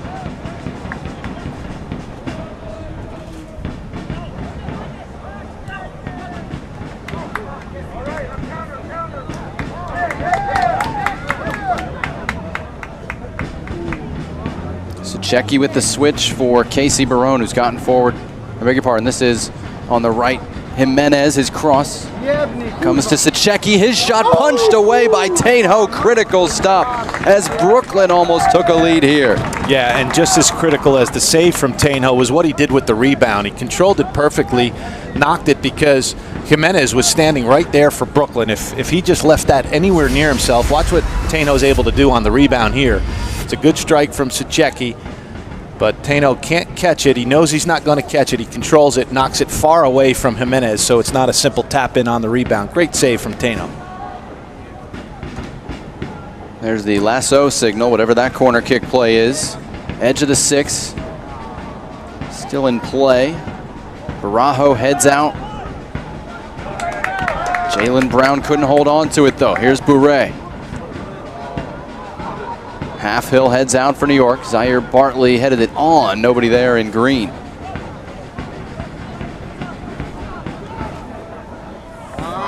'65th minute, scoreless game. 3 saves for Mike Bernardi in the Brooklyn goal as we get another yellow card. 2 for Tainho in the Cosmos goal. It'll be Bourret with the yellow. 3rd against Brooklyn to go with 2 on the Cosmos side. So the 3 attacking midfielders for Brooklyn with yellow cards and the 2 defensive midfielders for the Cosmos with yellow cards. So you're telling me there's been a few challenges that have gotten contentious. Well, the intensity, the Cosmos have picked up the pace in the midfield, and it's partly to do with Zaire Bartley, that change, but it's also the intensity and the pickup of Chatel and Garcia in the midfield. Well, here we go. Darwin Espinal, a big gun coming on for the Cosmos, replacing Jaylen Brown here. Not 100% fit. And in a game that, again, they don't technically have to win, Carlos Mendez going to go with Darwin Espinal anyway. 7 goals on the season in 9 starts in the NPSL for Espinal. He missed the regular season finale and he missed Wednesday.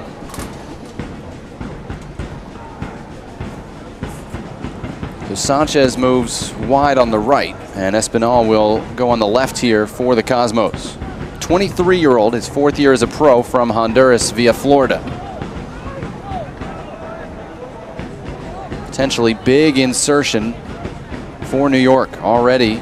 They've looked more urgent in this second half, but they've given up chances as well. Here's Thristino into the penalty area, got the ball away, but it wasn't at all dangerous if it was even a shot. Tainho out quickly to Sanchez. Has Barajo in support on the near side. As the weather cools, the speed of this game picks up. Bartley, we told you he'll dwell on the ball. Caught by 2. Argeri, oh, Thristino was on if Argeri could have found him. And Chatel's got to be careful because that foul in the middle of the field there in that center circle sometimes will get you a yellow card. Referee called play on. Doesn't mean he can't pull it back and give a card to Chatel. I don't think he will. But that's one of those awkward ones that, you know, clearly was a tactical challenge by Chatel to try to slow Brooklyn down. Thristino is on this time. Keeper's out. He gets it by him. James Thristino does it again, and the Brooklyn Italians, giant killers, are in front.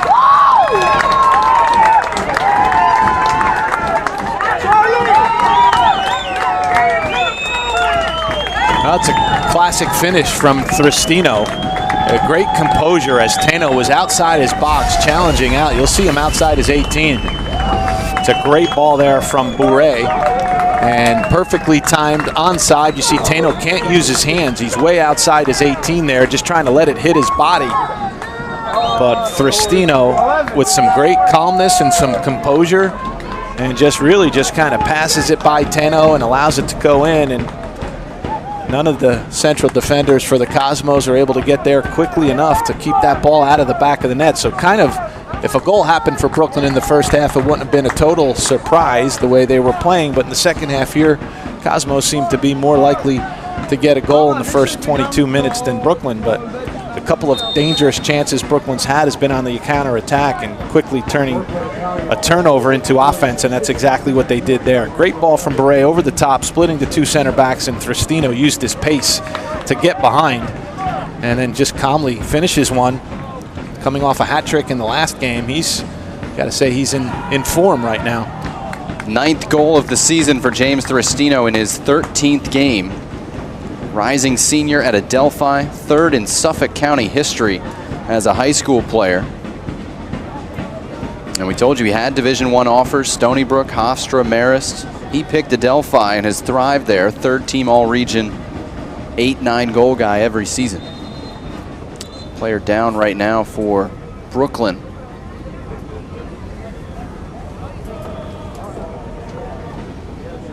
Is Thristino. Unfortunate for him. Again, he's on a yellow card, but right now he's more worried about his left knee. How are you with Taino's decision to come out as far as he did there and the timing of it? You know, I think with the pace that Thristino has, didn't leave a lot of options for Taino, because if he sat in and waited and tried to time it to use his hands to dive at the feet of Thristino, I think Thristino is just going to be quick enough to touch it either side of him, run around him, and eliminate the fact that Taino can try to dive at his feet. He's just got too much pace. He's too tricky with the ball. And you know, I don't know that it would have made any difference if he would have waited at the top of the 18. He's too committed there.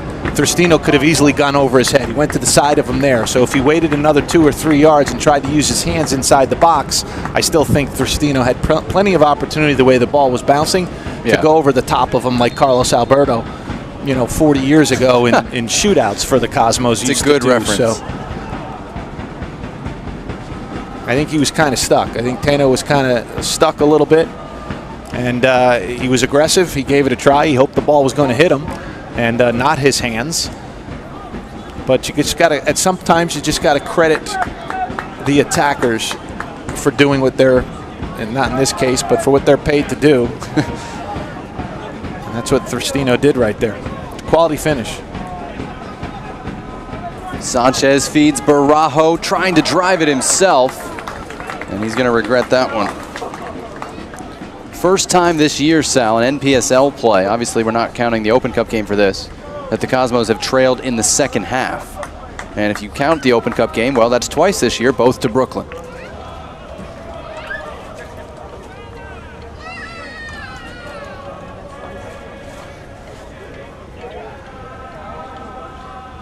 The guys singing Believe, and given the Cosmos history, you understand why.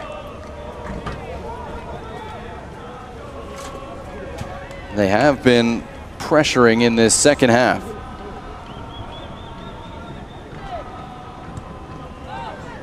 Well, Barajo's got to keep getting forward. He's been dangerous here in the second half from that right back position. Here's Zaire Bartley. Olafsson out to meet him. Turns it over, though, in trying to pass out of the back. Yeah, but he's a mobile center back. He's just not a big guy who stands at the D or the penalty spot and wins head balls. He's defended one-on-one very well tonight. Neeskins will try it from distance with some knuckle, but I think some of the power came out of it as well, and it was a relatively tame save for Bernardi. Yeah, I think it might have been deflected by the Brooklyn Italian player about 5 yards in front of Neeskins, which gave it that little bit of knuckle, but also took some of the steam off of it and made it for an easier save.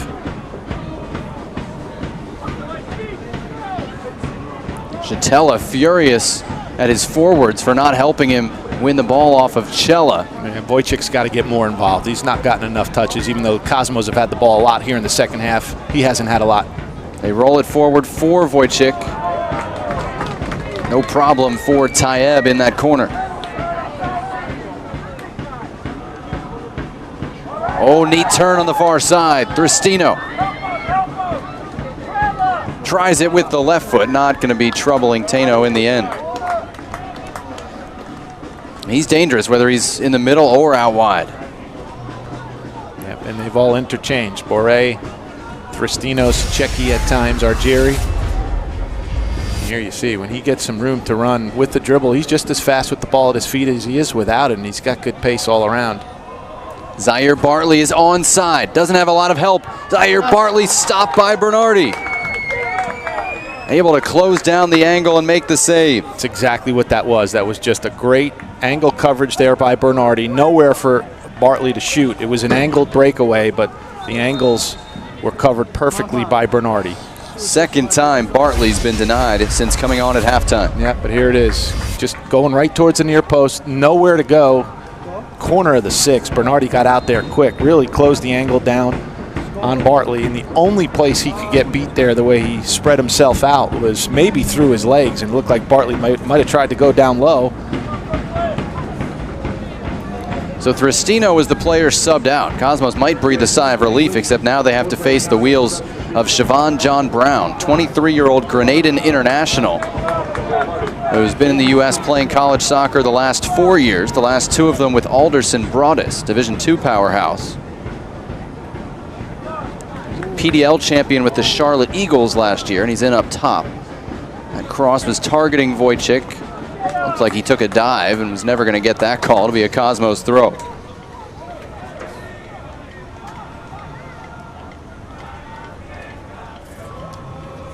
Olafsson's header away. Jatella trying to bring it down. Danny Jatella feeding Barajo. Chipping it, falls in the box. Bernardi, another stop, but Bartley on the rebound is onside, and it's all tied up. Zaire Bartley, what a sub at the half. And who set him up? Just like Wednesday night, the captain, Danny Jatella.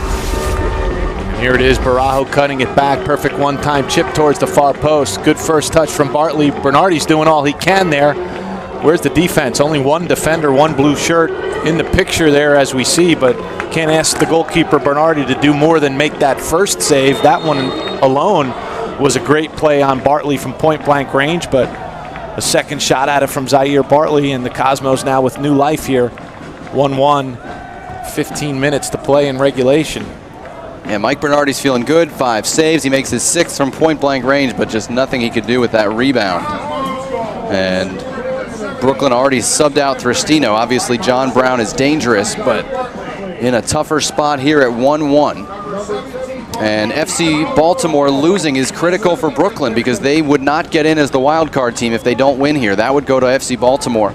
Same record, but a better goal difference in the regular season. So Brooklyn has to advance, win or advance, or their season is over. Pushing and shoving. Now Garcia and Olafsson are involved. Garcia's on a yellow. Still a player down on each side. Argeri and then Olafsson came running in to get involved.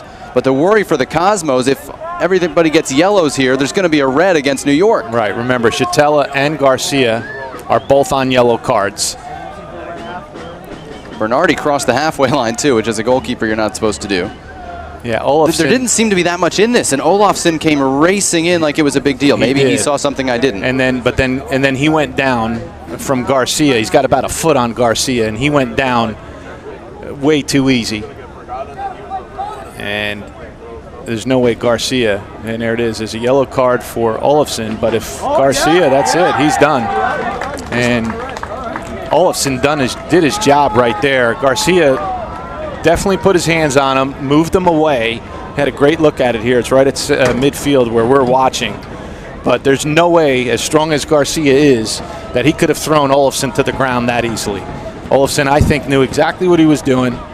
Got the second yellow card from Garcia, and the Cosmos will now play a man short for the remainder of the game, and they're continuing regardless of the outcome of this one, and I believe they'll be without Rafael Garcia as a huge part of their team in their next playoff match. Played every game except one this season, and I couldn't honestly tell whether it was a second yellow or a straight red, but it doesn't matter. It results in a red for Garcia.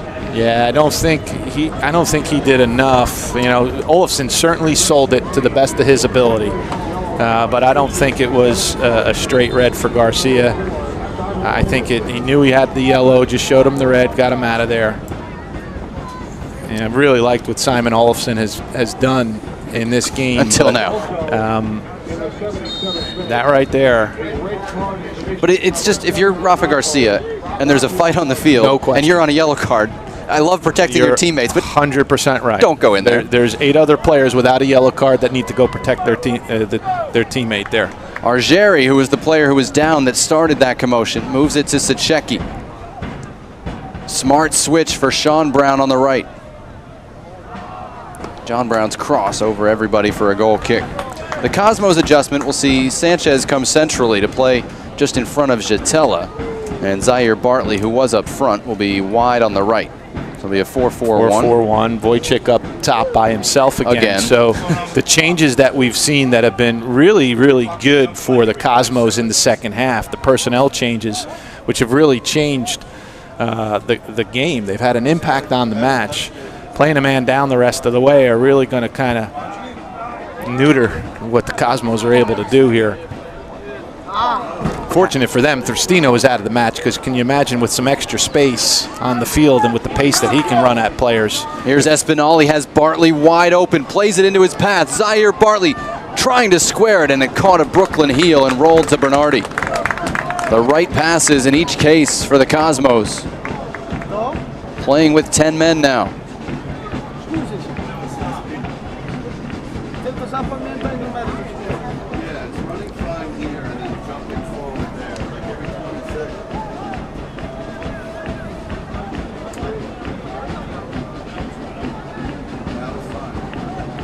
This is Jimenez. Comes back to Olafsson, who got the yellow, but also drew a red from Rafael Garcia that has the New York Cosmos B down to 10. They're just grateful that they managed to get the tying goal before the red card. Still down here. In terms of numerical strength, Argeri will try it. Whistles one high, but getting closer. And they're going to get a more defensive player into that midfield role for the New York Cosmos here. Ryan Adelaide going to come in.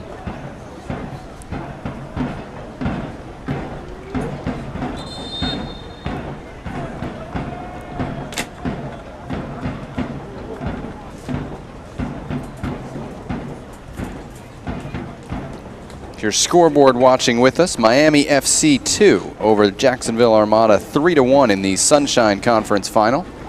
Battle of former NASL teams. So Miami FC 2 into the region playoffs. New York Cosmos B trying to join them. Jonathan Sanchez, the player subbed off here.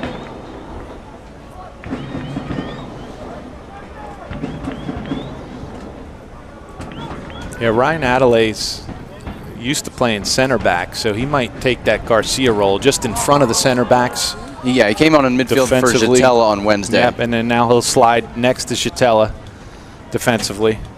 Espinal kept that in on the far side. This is off Brooklyn, so Tayeb has to go retreat. Adelaide was late there. Jimenez got it to Argeri, now gets it back. Halfhill was late and called for the foul. Free kick to Brooklyn.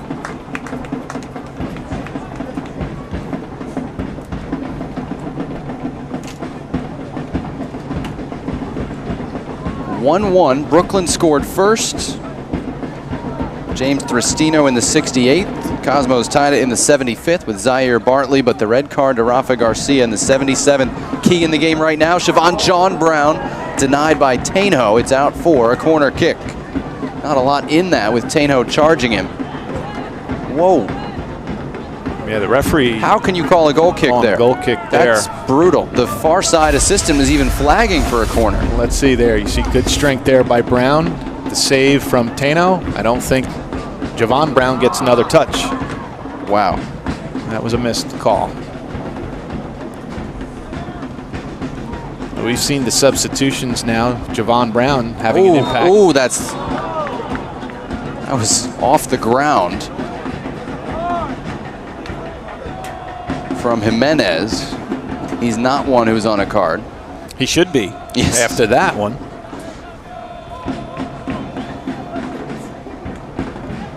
'83rd minute. Bartley, the goal scorer, gets it back. Surrounded by four, got out of the way. Is Wojcik on side? He's not. Flag is up. Free kick for Brooklyn.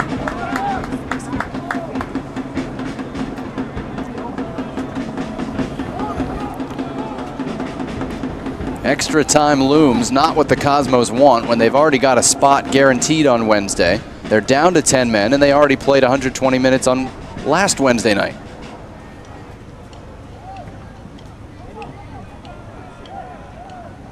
Good recovery by Nieskins to catch up to Casey Barone, but that rolls out of reach of Espinal. Cosmos have used 3 subs, but again, you get 7 in the NPSL, so they have depth if they want to call on it. Brooklyn has used just the 1. And trust me, it's replaced danger with danger.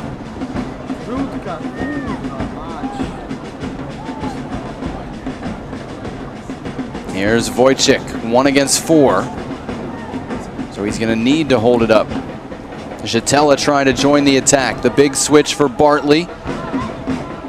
Just didn't have enough on his touch. Now he pulls Olafsson. That's going to be a no doubt. 85th minute on the yellow card if you're scoring at home. And we're sincerely impressed if you are. Olafsson again getting himself forward. So Motown and Westchester United are in overtime. FC Frederick has already won. That's in the Northeast region.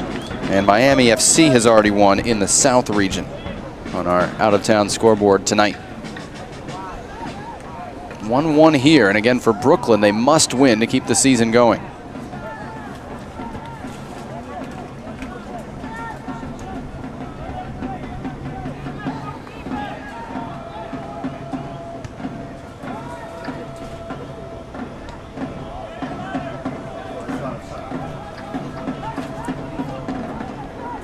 Espinal with the cross, too high for Wojcik, and with 10 players, there's nobody running behind him.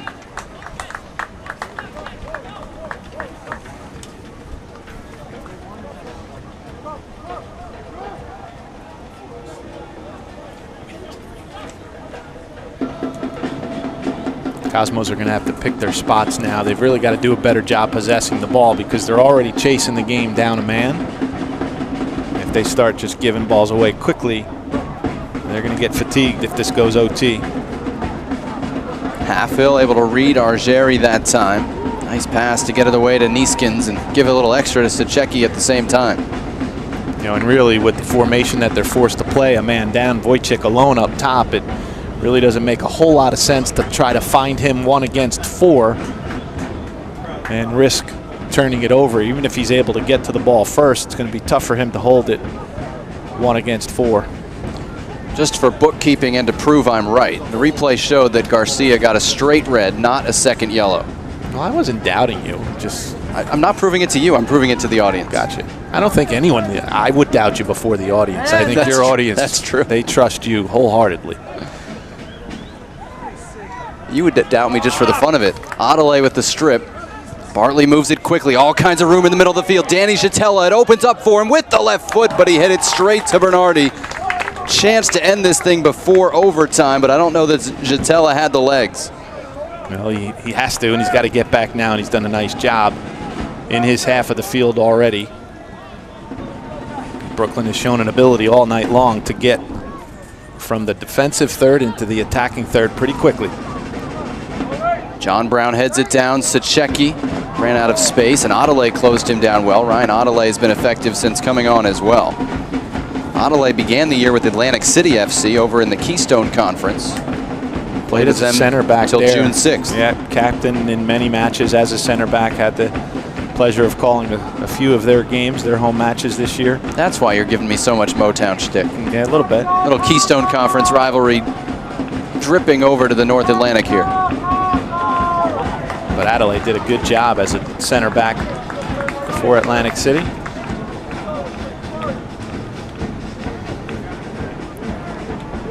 When the Cosmos don't have the ball as they don't now, they're really playing with 3 center backs. He's just a little bit forward of the other 2.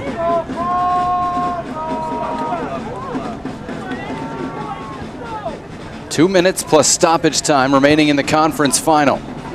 All or nothing for the Brooklyn Italians. That chip too far in front of Sachecki.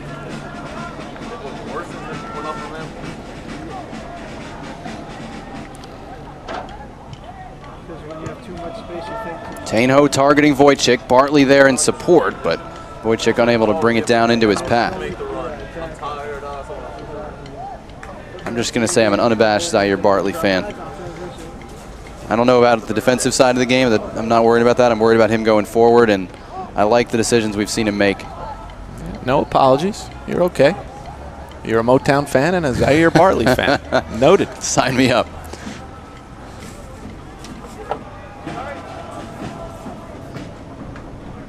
Good ball to the corner. Casey Barone on side. John Brown making the run near post. Leaves it for Sachecki, and Jonathan Barajo read it for the Cosmos B.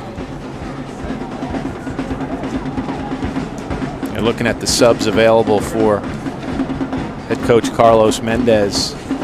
You want to go with Wojciech as long as you can, because all he needs is one touch in and around the box and he can win the game for you. But you also maybe look to find some fresh legs, somebody who can chase the game if this does go to overtime. Wojciech is about spent after 90 minutes. He's been doing a lot of work, hasn't been getting a lot of reward in tonight's match, but you might need another athletic player up top who, since you're playing a man down, can try to press Brooklyn and prevent them from breaking out as quickly as they have sometimes. Reese Dalton and Ivan Bertarame are the forwards available on the bench. Alexis Villela, the defender, left. Bouret was denied with an excellent tackle by Penzini. Cosmos get it away to Bartley and his energy. Espinal, the fresh legs, is all the way on the opposite side. Here's Jatella. Hard to get numbers up when you're down a man through that part of the field. Bartley, waiting for support, has Barajo. Well, the players that have gotten forward are not the ones that have gone 90 minutes. That's why I think you got to maybe look to make another substitution so you can get some more guys forward. Jatella got it to Neeskens. Not how he drew it up, but he stays with it. John Neeskens into the box. Driving it across, and Bartley wasn't making that run. It's deflected out for a corner kick. Zaire Bartley bent over at the waist, wishing he had read Neeskens' intentions differently. Yeah, or wishing that Neeskens saw that he was kind of holding himself up at the penalty spot area, because he had some freedom. Watch the back post there. Bartley doesn't have a defender within 5 yards of him. It's played across the 6, and from that position, that's not the wrong play from Neeskens. If he got a little bit deeper towards the end line, then you'd pull that ball back towards the penalty spot, but where he was, a square ball across the 6 is not the wrong play. So you're right, maybe Bartley has to read that a little bit better and dive himself to the back post. Corner kick. Bernardi able to catch it at the back post. And here's the problem with your left back taking the corner kick from that spot on the field. He's got 120 yards to get to. He should just go to right. He should just go to right back and Barajo at left back and then switch later. But Neeskens is trotting over to the left side. Cosmos able to win it back for the moment, but Espinal can't hold it. We're into stoppage time. 2 nights in a row, my analysts have been ahead of me on that. Here's Siobhan John Brown, a chance to win it. Tainho, game-saving stop, and he smothers the rebound. Play of the night for the New York Cosmos. Siobhan John Brown had a spot in the region playoffs on his foot. Wow, huge play by Tainho again. Siobhan John Brown's really made an impact since he's come in. Thristino was excellent. John Brown with 2 chances, tries to go to the far post. Quick down to the ground there by Kevin Tainho. Great pass from Argeri to find him. Yeah, opened himself up, tried to open those hips up and curl it around Tainho to the far post. Quick reaction save. Still Brooklyn coming in the 2nd minute of stoppage time. Falanga got that wrong, and he knows it. We did not get a number. But it's two days in a row my analyst has had the stopwatch going before me. I got to be honest, it wasn't me. Eric Stover handed me his phone. I cannot take credit for it. Maybe that happened Wednesday too. Yeah, might have. He is on top of it. So I guess it was 2 minutes. Oh, I thought he blew the whistle for the game. No. So Casey Barone comes out. And to be honest, we're not sure who's come in because it's on the far side of the field and the numbers are on the back. Just telling you how it is.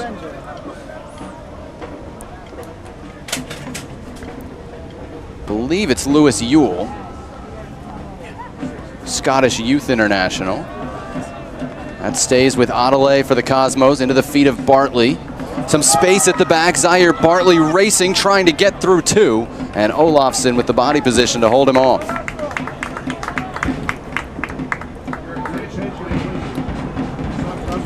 It's a strange sub and extra time, right?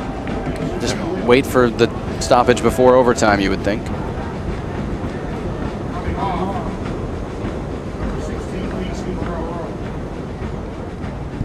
Wojciech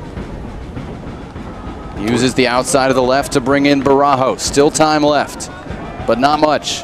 Jatella, the runner, tried to bring it in, couldn't cleanly, and Bernardi able to collect. And fourth minute of stoppage time again, and Jatella now all the way in the attacking box. He's got work to do to get back here. Barajo headed it backward, and Tainho will come up with it.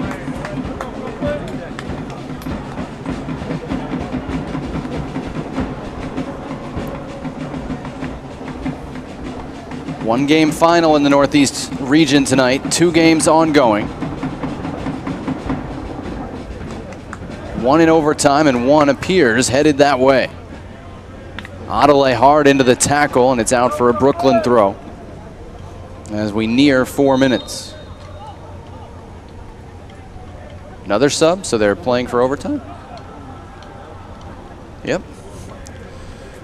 Oliver Bennett gonna come on.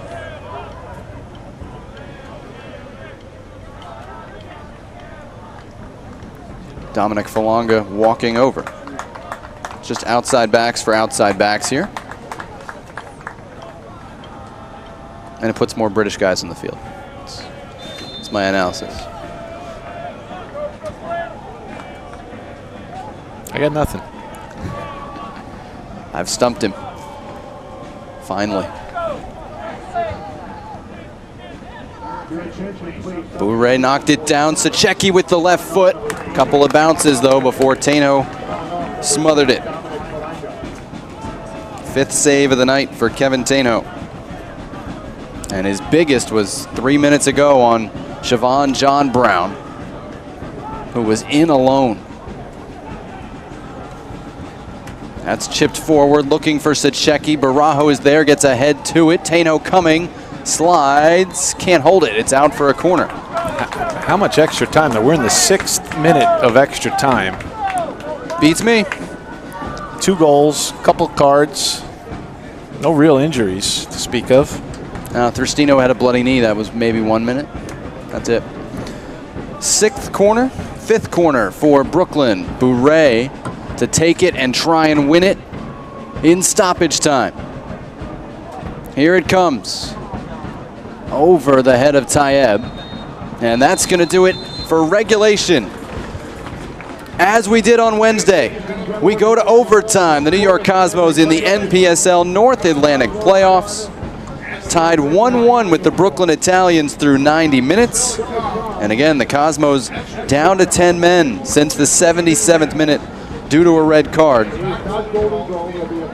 They'll be at a numerical disadvantage as we head to 2 15-minute overtime periods, which would be followed by penalty kicks if the teams remain tied. James Thristino in the 68th minute gave Brooklyn the lead.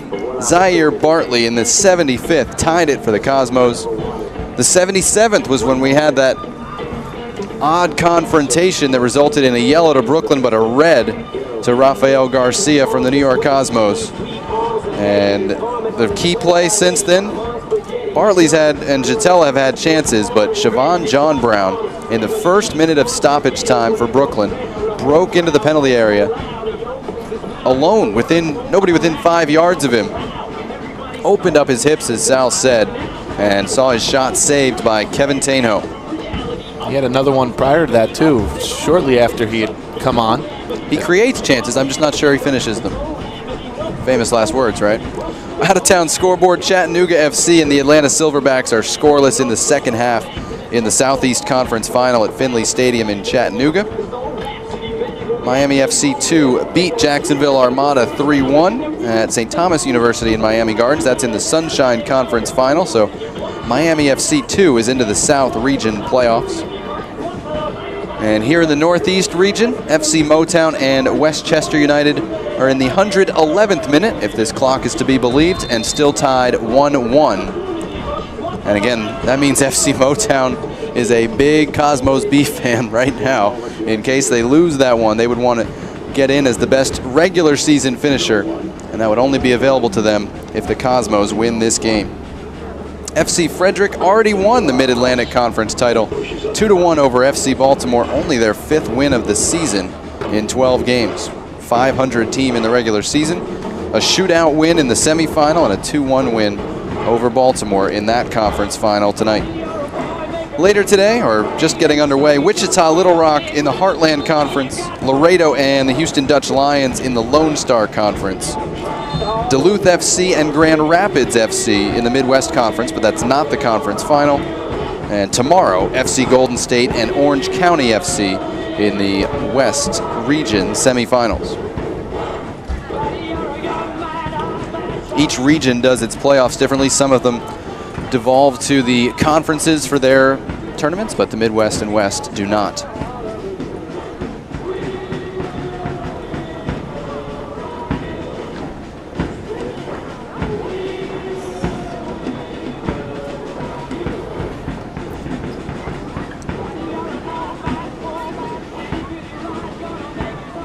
All right, 5 offside calls against the Cosmos is the stat that really jumps out of you, where there's actually a disparity between them. Otherwise, as it has been all season, a couple of one-goal games split each way, almost dead even between these teams. And now heading to overtime. But yeah, the stats don't always tell the story, but this time they kind of do. These are two teams that have each had chances to win. The Cosmos, despite playing a man down the final 15 minutes or so, still created a chance or two to try to win it in regulation. Brooklyn probably had the better chances to win the game right at the end there. Now we're heading to overtime. Brooklyn for sure knows, I would think by now, as you do, if they're listening to the broadcast, you've explained it so well, that they need to win to continue on. Cosmos will continue on in the playoffs regardless, but I would hope Dominic Cassiato got a text or something letting him know. Yeah, but it seemed like at the end he was kind of playing to drag the game out a little bit, and I don't know if it was to get to... I think he knows he's got 30 minutes of having 11 on 10. Yep, that, and, you know, just to try to get to make some of those adjustments in between regulation and overtime. Here are the goals from the second half. James Thristino, his 4th goal of the playoffs on the through ball from Clément Bourret. That was in the 68th minute to put Brooklyn in front. And the Cosmos, well, here you get a look at the finish from Thristino past the charging Tainho.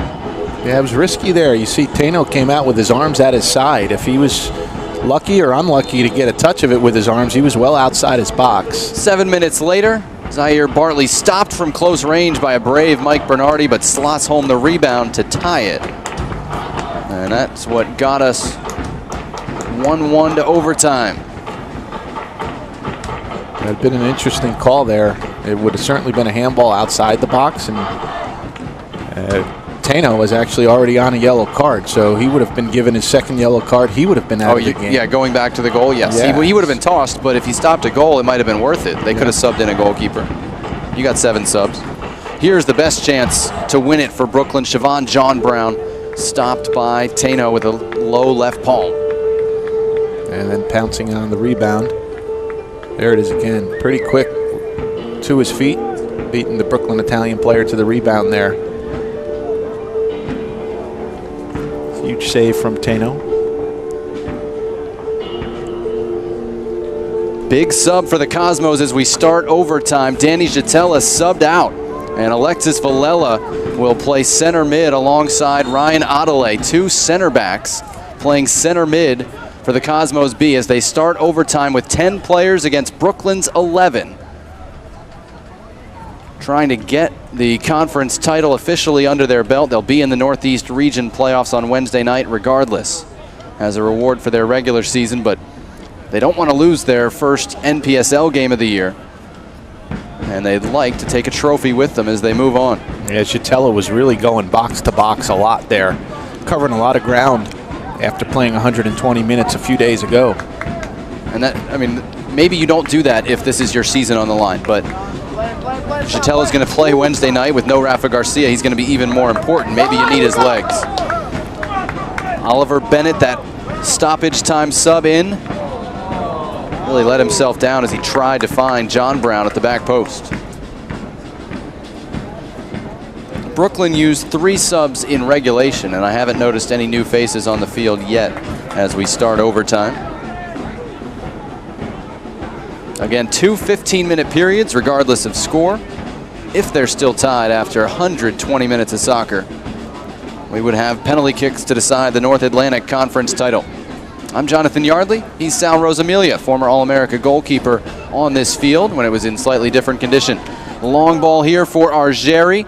Gets a head to it. Halfhill got a body to him and wins it for the Cosmos. Cosmos not big fans of Argeri tonight. Well, he's holding his head, and he just got shouldered off the ball there by Halfhill. He's holding his face, holding his head. Maybe he landed on it, Sal. I mean, to be honest, with head injuries, I worried a little bit now that he's still down, but given the background, I'm probably going to go with Penzini on this one.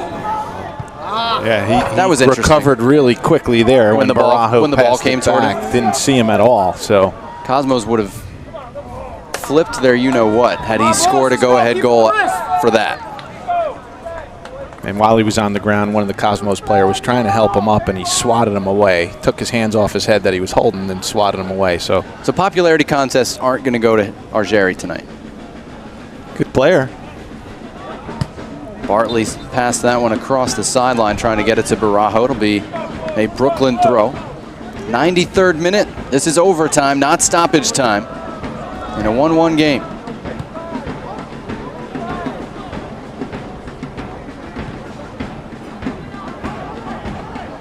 Jimenez looking for the run of Bourret.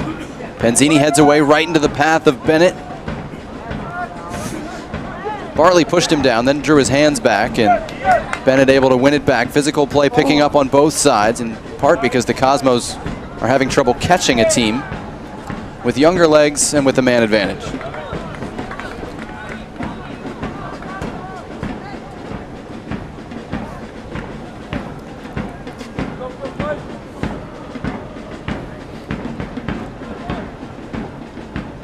This is Wojcik holding it up for the Cosmos. Plays it between Neeskens and Espinal, and Neeskens has the legs to get to it. Here's Darwin Espinal, second half sub coming back from injury. Couldn't connect with Villela, who wins it back though for New York. Cosmos have made 4 subs and have seen a red card. A lot of change. Back fours remain the same, but Adelaide and Villela are now the center mid combo. Bartley's on the right, Espinal is on the left. None of them started. And Wojcik still in there up top. Wojcik got away with the foul. No, he didn't. Eventually, the free kick called in Brooklyn's favor.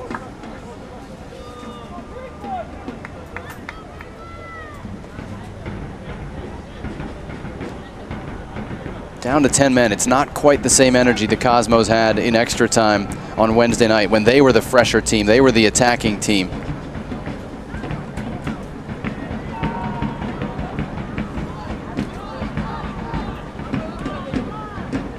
Zaire Bartley has legs though.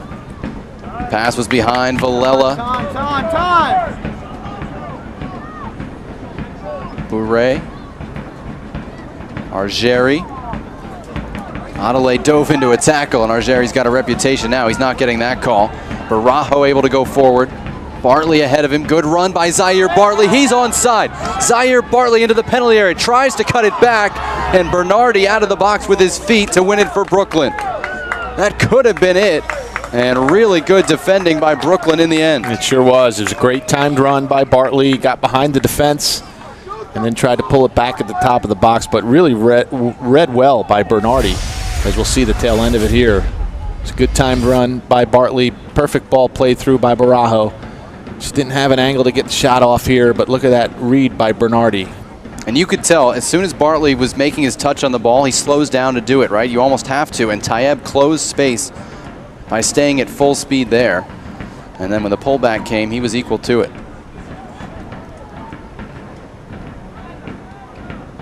I mean, that's how you're going to do it. The fresh legs of Bartley or Espinal, or a set piece. The most likely ways New York could score, whereas Brooklyn going to try and pack it on with possession and just pure numbers.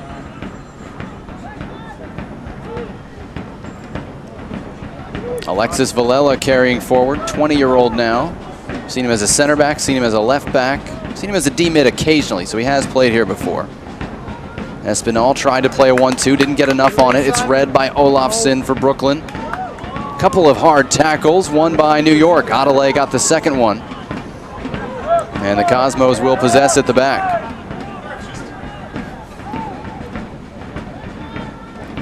Barajo has acres of space. He's calling for it, and he gets it.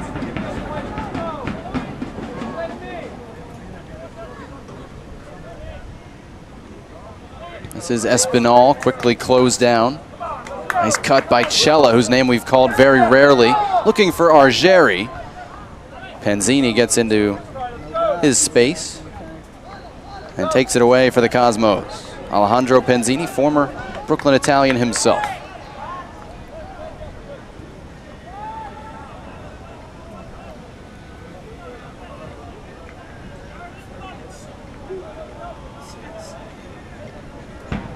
I was wondering where the drums were.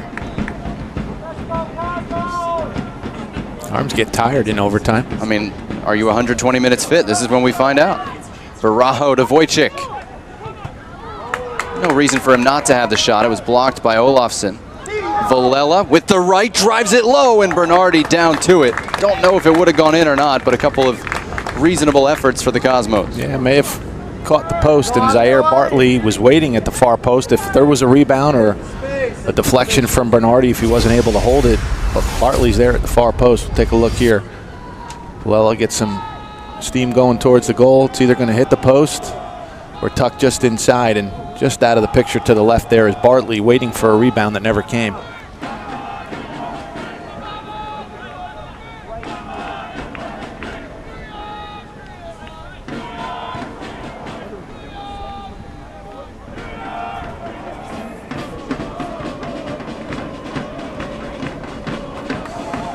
Chipped forward for the run of Bourret. Holds it up for John Brown. Turns to Checky. Got way under that. It'll be a goal kick.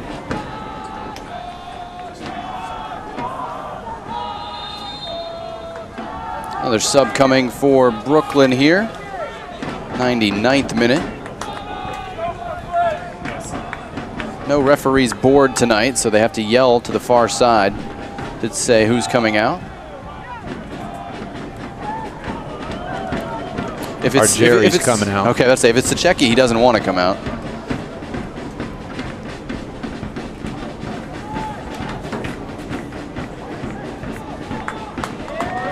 So now we get Giuseppe Barone.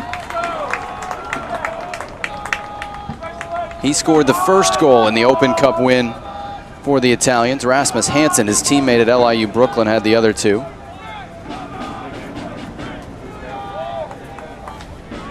Brother played for the Cosmos. Dad works for the Cosmos. Giuseppe came up through the Brooklyn system. He's in now trying to beat the Cosmos.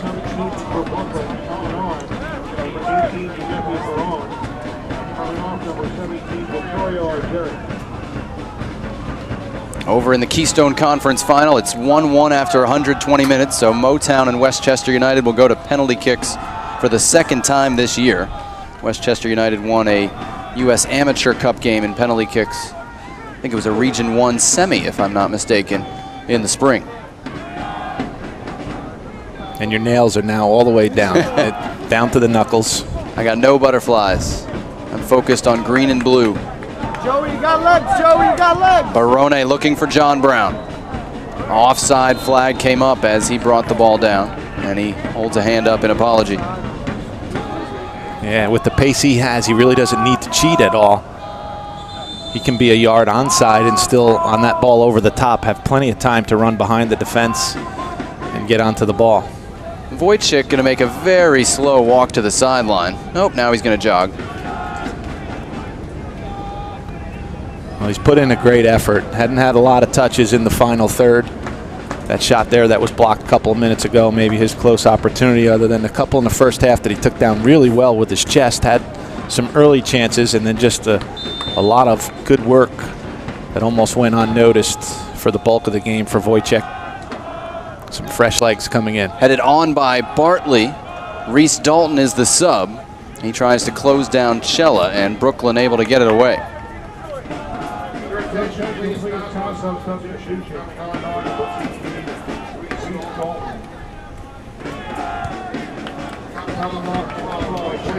Adelaide into another tackle, lost out this time. Barone again feeding John Brown. He's onside this time, but Garrett Halfhill able to close him down and win a throw-in for the Cosmos. So two subs left for New York. The goalkeeper, Jermaine Forda, and a forward, Ivan Bertarame.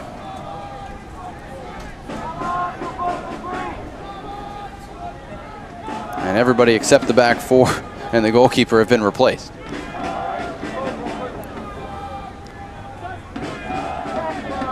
Oliver Bennett into a slide tackle, won it to Barone. One right back by John Barajo. Lost his concentration though for half second while looking up to try and find a teammate. Cella ambitious, but over the top. I think it's part of the announcers union where you have to say ambitious once in a soccer game. Yeah. But you used it perfectly there. That was absolutely ambitious from 45 yards out. Tena was off his line a little bit, but you're not going to beat him from that distance. Yeah, had it been on, there was a lot of air under it.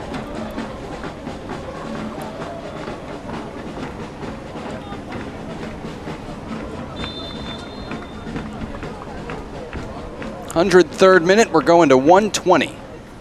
New York Cosmos B playing with 10 since the 77th minute. Red card to Rafael Garcia.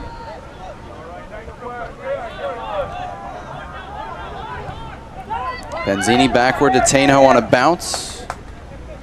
Does what he can with it. Found a teammate in Adelaide. Gets it away to Reese Dalton.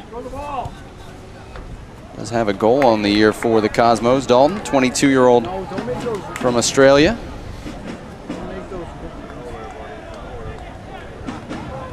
Now, who do you think's less likely to want to go to penalty kicks at this point in the match?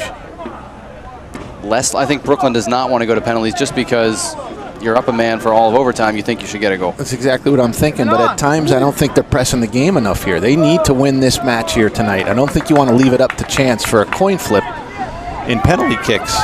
Great run by Barone, stayed onside with the left foot. Tainho got a left hand to it. Cosmos a little lackadaisical in dealing with it though.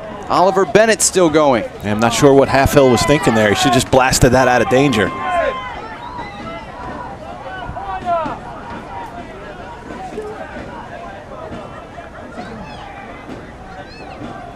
But I would really just send some numbers forward. I mean, penalty kicks is a coin toss, right? You've got the extra man. You're showing some ability to get forward. Cosmos are not really trying to put numbers forward. With another wonderful save. Tainho has made a great save here. Great reaction with his left hand there, and then that's got to get out of there a little bit quicker.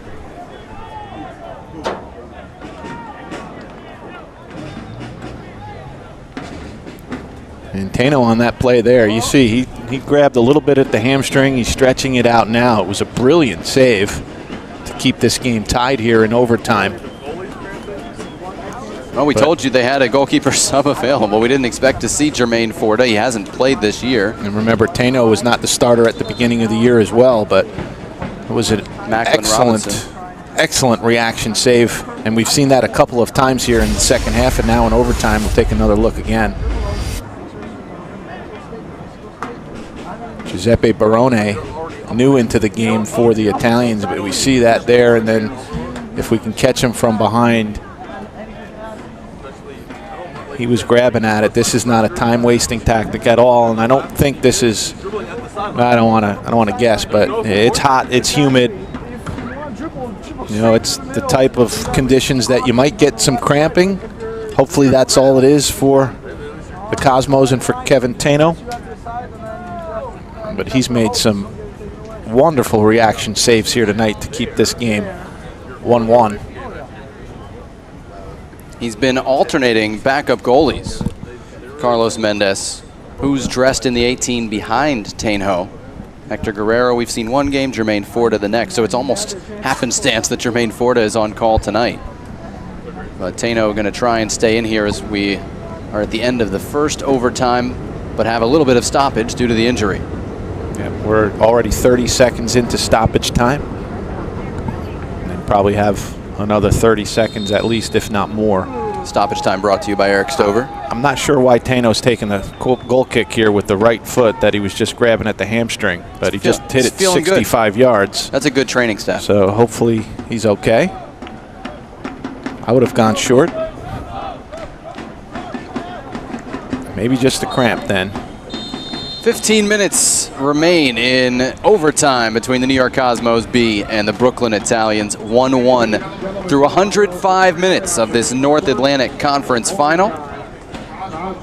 Again, the Cosmos playing with 10 players since the 77th minute.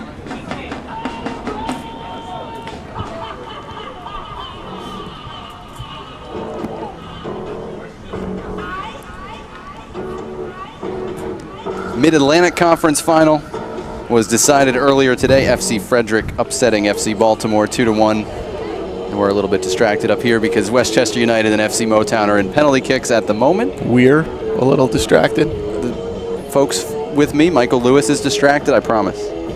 You go see what Michael Lewis has on his computer from frontrowsoccer.com. I'm afraid to look. He's got about 30 tabs open, but one of them is the penalty kicks from the Keystone Conference.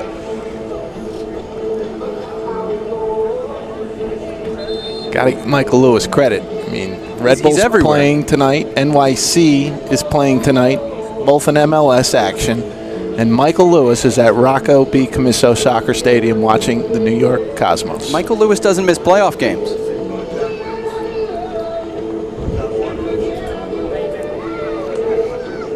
Normally they don't allow cheering in the broadcast booth. You can cheer for other games all you want. Right, I guess. The goalkeeper missed the last shot high. Well, no goalkeeper is going to be allowed to take a penalty kick now again for a while. Okay, what does that mean, though? Let's look at this, because Motown was second in line. So Motown's in. Frederick is in. If the Cosmos win, FC Baltimore gets in. Based on their regular season record, they won the regular season title and had the next best points per game. So now FC Baltimore is a huge Cosmo fan. Exactly. If Brooklyn wins, then obviously Brooklyn's in as the conference playoff champs, and the Cosmos would be in with the best regular season record. Pairings, seeding, all that information to be confirmed tomorrow and Monday. So that's what's at stake. It's not just the Cosmos and the Italians and a little New York City pride. It's also what happens to FC Baltimore. Well, hello to the fans in Baltimore. How are you? We're in New York. Cosmos and Italians have been the class of the North Atlantic Conference all year. You see what the Cosmos B have done. Again, they're a professional team playing predominantly against amateurs. 10-0 in the regular season, but their only competitive loss this year was in the Open Cup to this team, the Brooklyn Italians. They did get revenge in a regular season win. Today, 1-1, pretty even game, and then the red card has given Brooklyn an advantage over the last 19 minutes, if we're counting the 6 minutes of stoppage time, and the first 15 minutes of overtime. 15 more minutes between the Cosmos and the Brooklyn Italians, and if we're still tied, we would have penalty kicks as well. Zaire Bartley, the target here right off the bat, and why not? He's got the fresh legs, and he's got the fastest legs as well. Both goalkeepers have had a role in tonight's match. Tano has made more saves, bigger saves than Bernardi, but Bernardi's made a couple. Darwin Espinal into the penalty area. He's dangerous. I think he lost that one out, but it wasn't called, and Mike Bernardi able to catch it. And you do have the option when you have 7 subs. I mean, if you have a goalkeeper who's better on penalties, you can bring him in late just for the shootout. We saw Jermaine Forda warming up, but I'm guessing that's more because of the injury or the delay with Tano. The backup on the Brooklyn side is the young German Michael Bolvin. Get up, Joe. Well, we've seen Tano make a couple of point-blank reaction saves, which tells me he's pretty good at penalty kicks. Penzini able to head away there.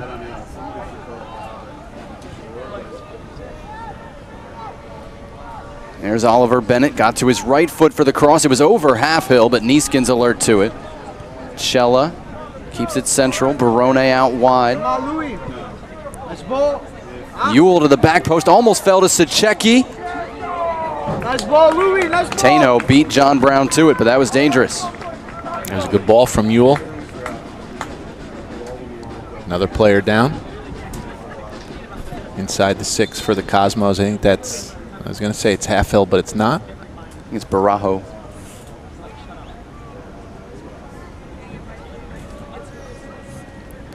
They haven't subbed any of their defenders, but they have 2 players in the game who are defenders, so it would be possible to move things around if the Cosmos have to make another move. Barajo back on his feet. Tano's still stretching out, as you can see. Well, if it's a hamstring strain, you don't want to stretch it at this point. It's already stretched, so hopefully it's a cramp that he was dealing with in the first overtime.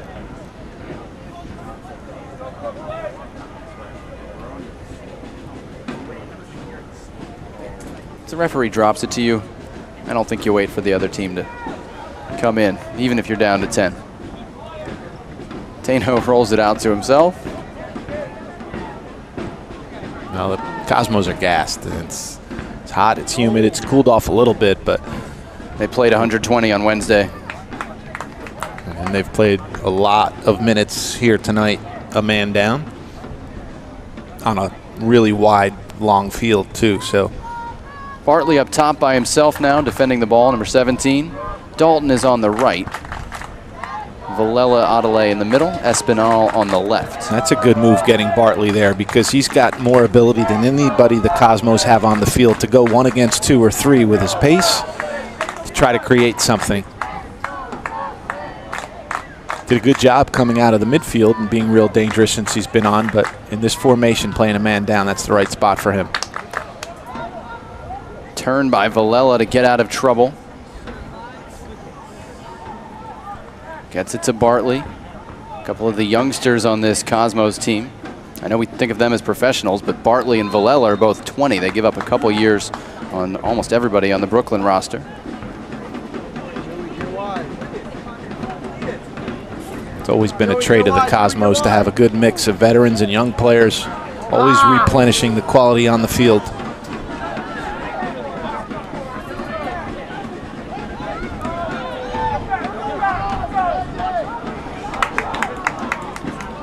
Olafson able to get back and thwart that one.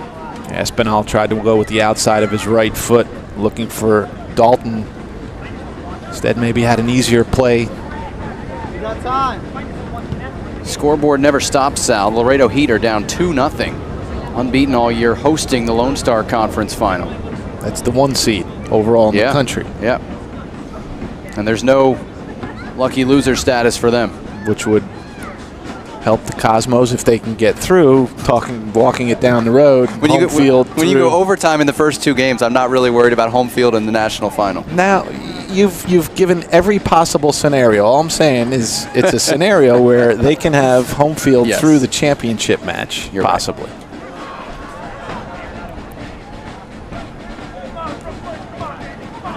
Right. I'll leave it up to you. I'm getting outside of my comfort zone, I guess, talking about playoff possibilities. Hey, Sal, it's the 111th minute. We're all outside of our comfort zone. I'm worried you're going to start cramping. It's 2 games in a row for you.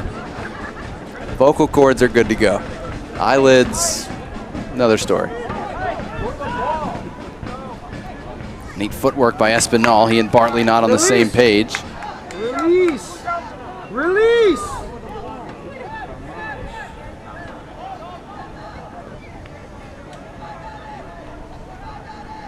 Yeah, see, here's where I just think Brooklyn should try to win this in overtime here. Commit some more numbers forward. The only one you really have to worry about is Bartley. Heck of a ball from Barone to get it to Oliver Bennett. It'll be a Brooklyn throw-in.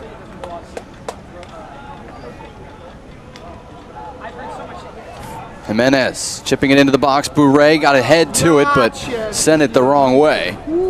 That'll be a goal kick. And flag stayed down.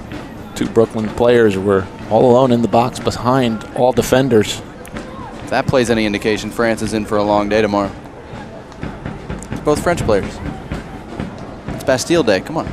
You just want to show off the couple years of French that you took in Del Barton. What French word have I said? Bourret.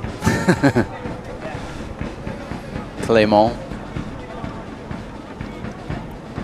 Olafson, we got to learn some Norwegian for him because he's played a heck of a game. Whatever you want to say about him getting Garcia sent off, this is a guy maybe plays at the highest ranked program on the field and has shown it. Here's Barone, a chance to put in the pain, and he's stripped by Neeskens. Wow, great job by Neeskens there, dragging his right foot as Barone tucked it inside. Looked like he had him beat. A great play by Neeskens. Espinal has support. It's John Neeskens getting forward. The Cosmos have numbers up. Down a man in overtime. Neeskens to Dalton. Down in the penalty area. No call. Wow, Villela's shot is blocked. There was a little bit of contact there from Dalton. Almost looked like he dragged his feet a little bit to try to get the contact from Olafson. We'll get a good look at it here. It's a good counterattack. He did everything right. Great play by Neeskens. It was a wonderful defensive stop, and then here he's got some options. Plays it to Dalton. And he goes down a little easy there. And the touch was long, too. It wasn't like he was super in control of the ball. Which is why he went down. Yeah, the slightest bit of contact. Looked to draw the penalty kick. I think the referee made the right call there. So we'll give Bardil Pashai some praise, since we mostly talk about referees to criticize.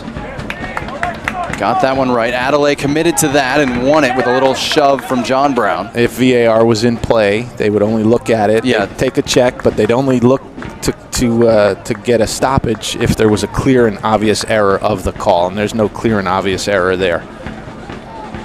It's so strange now to go back and forth watching with VAR without. That one would not have been reviewed. 114th minute.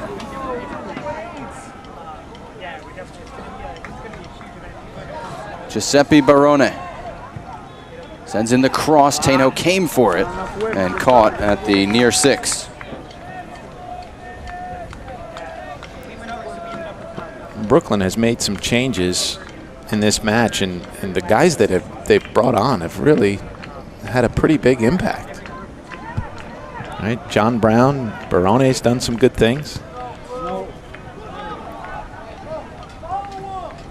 Barajo able to head away for the Cosmos. And so have the Cosmos substitutions, Bartley with the only goal. Espinal, neat pass for Neeskens. First touch took him inside. He has Bartley running. John Neeskens may take this himself. He does. It's deflected. Still in the box. Dalton, a chance to turn. Reese Dalton missed the post. Not by much, though.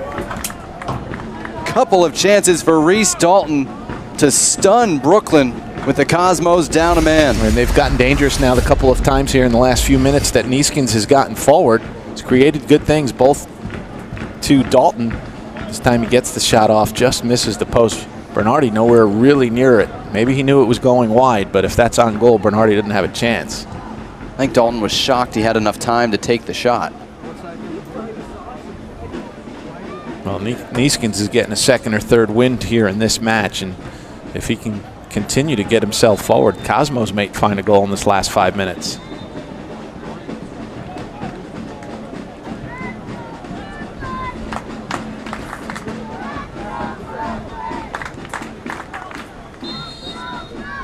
Foul called against Bourret. He and Olafson on yellows for Brooklyn. Not that it's likely to be a factor this late. 5 minutes plus any stoppage time that Bardil Pashai may have seen in this second overtime before we too would go to penalty kicks. Here in the Northeast region, North Atlantic Conference title game. Adelaide is wide open off the restart. Steps past one. Slowed down, but not stopped yet. Ryan Adelaide into the box. Zaire Bartley wants to get to his right foot. That took him out of shooting range. This is Espinal. Darwin Espinal to win it. It's blocked straight off the head of Tayeb, who is stunned for the moment. Yeah, and Tayeb really put it on the line there. That was a curling shot that looked like it was definitely going to be on goal towards the far post, causing Bernardi to have to make a big save. And Tayeb didn't even think about it. Put his head right in the way. Get a good look here. Espinal is going to go to his right foot, cut it inside, going to curl one towards the far post, and it's going to be on goal. Tayeb knew exactly what he was doing and headed it away. Did not feel good. Hopefully he's all right to continue. To throw in for the Cosmos, as you see. Espinal battling end line, called for the foul. I'm not sure how you call a foul on anybody there. Him and Boré were going at it, both using their hands to try to free themselves. Espinal just seemed to be the stronger player, and I'm not sure why he got penalized for that.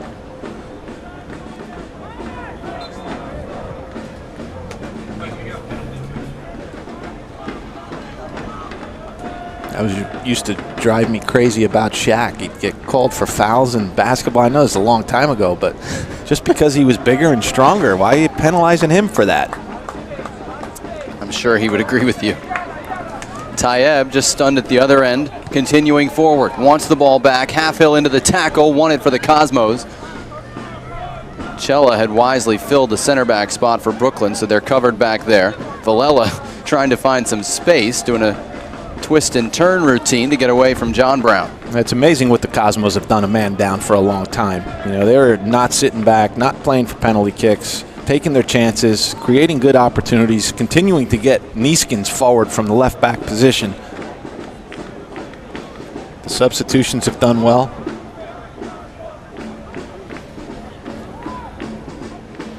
Bartley the target here. Couldn't keep it in play. It'll be a Brooklyn throw. Almost wonder why they didn't play a little bit more like this when they were 11 against 11. We might not still be here. Yeah, I mean, their prime minutes were when the second half started until the Garcia red card. Even though they gave up a goal in that span, they were aggressive and going after the game. They're on 40 minutes now, a man down, and they seem to be getting more dangerous. Ewell was in some space on the bottom near side of the field. Now he has it. Yeah, that was a handball on Bourret. You're not wrong. Neeskens kept it in play but gave it right to Brooklyn. Barone.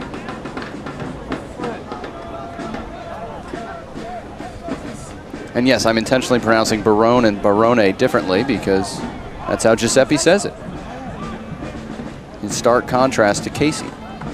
Whoa, that looked like a Cosmos throwing. Not sure why Adelaide didn't play it up the line when he had a chance, though. Just relieve some pressure here in the final minute. Oliver Bennett. Corner kick for Brooklyn. And these last 30 seconds have all come about some tense times for the Cosmos, and a handball that was ignored in the center circle by Bourret. Brooklyn thought there was a handball on that play. It'll just be a corner kick for the Italians. A chance to win it in the final minute here.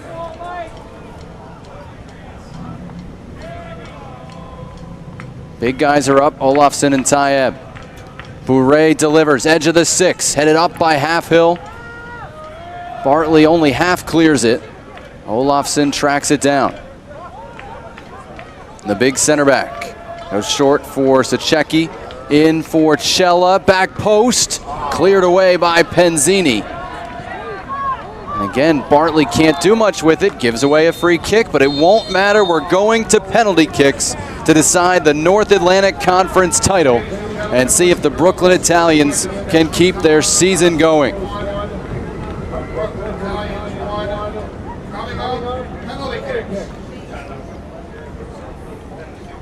Played in early May. Brooklyn won 3-2 in the Open Cup to advance. Played a couple weeks later in mid-May. Cosmos won on a spectacular goal from Rafael Garcia. They play in July in the playoffs. Garcia's red carded, and we go to penalty kicks after a 1-1 tie between the Cosmos and the Brooklyn Italians. Really everything we could hope for as far as a competitive match here, and certainly Brooklyn did not sit back at all at any point during the match. They played like they play, which is what the head coach told us prior to the match. That's what they were going to do, and if they got embarrassed, so be it. But there was no embarrassment here. Far from it. He was being some kind of modest when he said that. Clearly, Brooklyn and the New York Cosmos be the top two teams in this conference of the NPSL all season. And at least one of them will have a chance to test themselves against the other conferences in the Northeast region. Brooklyn hoping it's both of them. Again, if Brooklyn wins the shootout, both teams advance to the Northeast region playoffs, 4-team playoffs that start Wednesday night. If the Cosmos win it, FC Baltimore will join FC Motown and FC Frederick in the postseason. We're just going to go Motown and Frederick, right? Do we have to say FC every time? I hope not. I prefer SC to FC. I don't say football, but yes. Whoever we see on Wednesday, we will say Motown or Frederick. All right. And now coaches here, you know, it's not always who you think are going to take penalty kicks when you get to this point. You know, who's got the legs under them. And even though you might have worked on it in practice, you might have had a 5 in the back of your mind with all the changes that both teams have made from their starters. You know, maybe some of the guys you thought about before the game were going to take penalty kicks. You might have to change it now. And sometimes it's just a last-second decision. You look at somebody's eyes, and if they're not staring you back when you say, who wants to take a penalty kick, you scratch them off the list. It's the ones that are looking at you and can make eye contact and have that confidence, even if they're not a goal scorer. A lot of times some of your better penalty kick takers are defenders.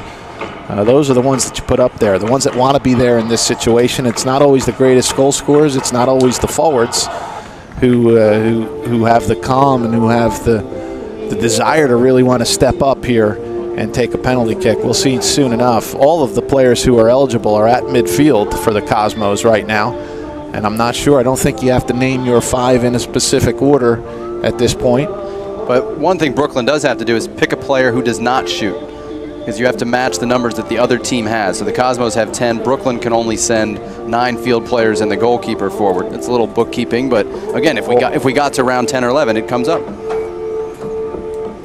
Or could they choose to not have their goalkeeper be that one player? I don't think you can. I think the goalkeeper has to shoot if it gets to the last round. Google. I don't need Google. Mike? I'm going to go pretty confident on this, at least by Well, you don't have to name some. You just said you didn't have to name someone, and I agree with you. You're right, but you can't send. You're not supposed to be able to send the 10th player, the 11th player to the center circle. Anyway, we digress. Well, the way it's going in your track record of overtimes, we're probably going 25 PKs today. Wimbledon can't finish a match there. Hey, this was a short match by Isner standards. Yeah, see, they're pulling somebody back for Brooklyn. Okay, so this might be decided by a goalkeeper at some point if we go extra shots. Or no, maybe that's Tayeb going for the coin toss. I don't know. They should have to pull somebody. He seemed really confident. Don't backtrack. No, I'm still confident. I'm just not sure that's why Tayeb is over there. I think the referee may be explaining the rules to him now. Yep. This happens time and again. Every time there's a red card, the referees have to explain to the teams that they can't pick somebody. And Dominic Casiato is learning that right now, and they've just made the call. So we can tell you what's just happened is that Jimenez is not going to take a penalty kick. That's rough. You get subbed off after 120 minutes. And there you go. For nobody. One of their midfielders, a defensive midfielder, but it's not always the guys that you think of are going to step up and want to take penalty kicks in this situation. Kevin Tainho was slowed a little bit in overtime, but the Cosmos goalkeeper will stare down penalty kicks against Mike Bernardi. Neither one is the biggest among goalkeepers we see. Bernardi listed 5'11", Tainho listed at an even 6 feet. 5'11", I take it back. Yeah. Ford is listed at 6 feet. Really 5'11", you list yourself at 6 foot. So not sure that either of these guys are 5'11", but it doesn't matter now. It's reactions. If an inch or two here or there is not going to make a difference. If the penalty kick is taken well, you could be 6'5" and you're not going to save it. If it's not taken well, good reactions, trust in yourself to not cheat and make a reaction save. And I think both goalkeepers have shown the ability to do that tonight. Tainho has more big saves this evening than Bernardi did. Alexis Villela is walking to the penalty spot first, even though the referee is nowhere near the center circle. So the Cosmos will shoot first by every indication, and it'll be Villela against Bernardi to start things. And I always like, as a coach, if we win the toss for penalty kicks, I want to shoot first. I want to go on top early. You hope, of course, that you put your best penalty kick taker or second best penalty kick taker to take that first one, and you play from ahead the whole time. And you hope that extra pressure that the other team is feeling causes them to miss early in the game, and then or early in the penalty kick rounds, and then you kind of have it in control the whole time. You got to save your best penalty kick taker to take the 4th or 5th shot, either to continue to keep the hopes and dreams alive or to win it. And your second best penalty kick taker, you let them take that first one and hopefully play from in front. Penalty kicks to decide the NPSL North Atlantic title and decide who goes into the Northeast Region semifinals. Alexis Villela will shoot first. Righty, goal to the left-hand side. The Cosmos are in front. A confident finish from Villela there. Low and hard to the strong side as a right-footed player. Bernardi went the wrong way. The only thing in doubt there was whether that was going to tuck inside the post, and comfortably did, and a good start for New York. There's Kevin Tainho. Has saved a penalty kick in his NPSL career in regulation. Here it's the center back Olofsson, who's had a good game. Inexperienced referee who lets the goalkeeper hand the ball to the shooter. It is Simon Olofsson, the Norwegian.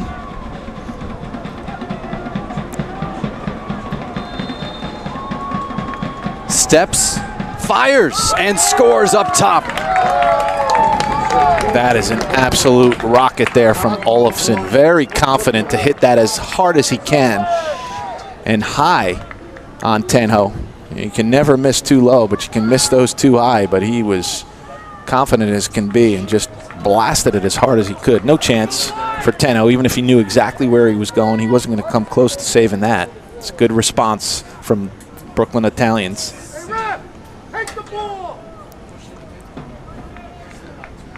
It'll be John Neeskens to shoot second for the New York Cosmos B.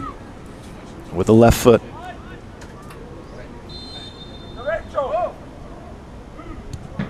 Just underneath Bernardi, who guessed right, but can't come up with the stop. Yeah, that's unfortunate for Bernardi. Luckily for the Cosmos, it wasn't a perfect kick from Neeskens. It was definitely savable. Bernardi picked the right way. Had his body and arms enough to cover it to make a save, just didn't get down quick enough. You know, some of the penalty kicks are not going to be savable, even if you guess the right way. The first two for each team weren't going to be saved no matter what. That one there was an opportunity for Bernardi to come up big. Mattia Cella, 22-year-old who came through the youth system of Genoa in Italy. Shooting second for the Italians. Cella just out of the reach of Tainho. It's 2-2. And that's another one. Brooklyn Italians, both of their penalty kicks really unstoppable there. Tainho went the right way.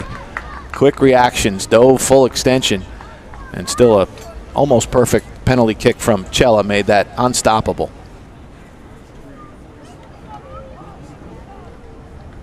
Zaire Bartley will shoot third for the New York Cosmos. 20-year-old from the Bronx, 2 goals in the regular season, plus Wednesday night. So the NPSL season. And he shoots here in a 2-2 shootout.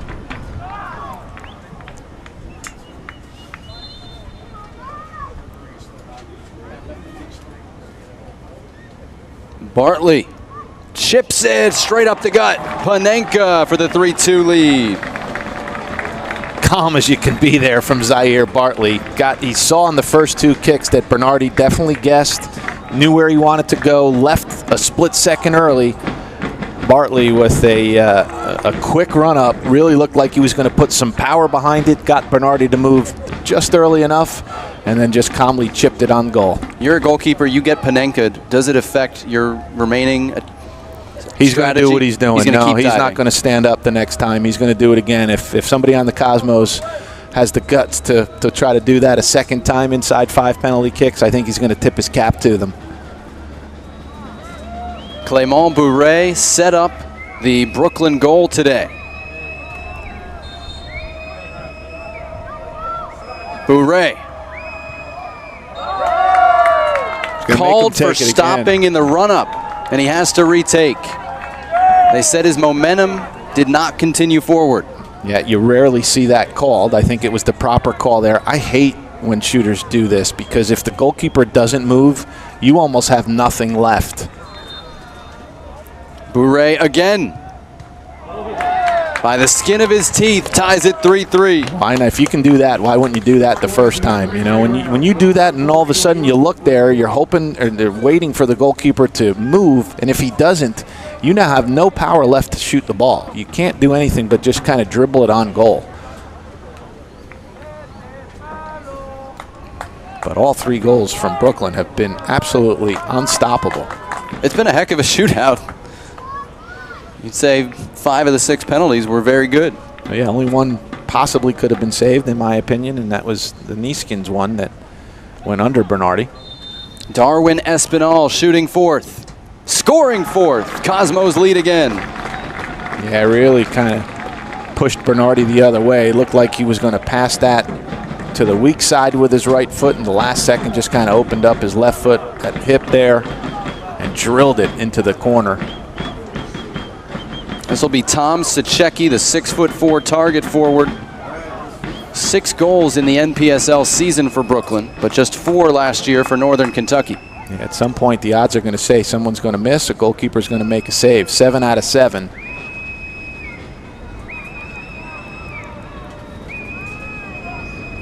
The old turn your back approach. Sachecki. Stopped by Tainho. Cosmos 1 shot away. And there it was. That's the difference right now. That was the first one that Brooklyn hit that Tainho had a chance to make a save.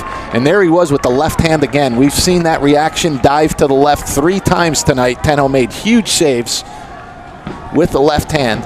And he did it again here in penalty kicks.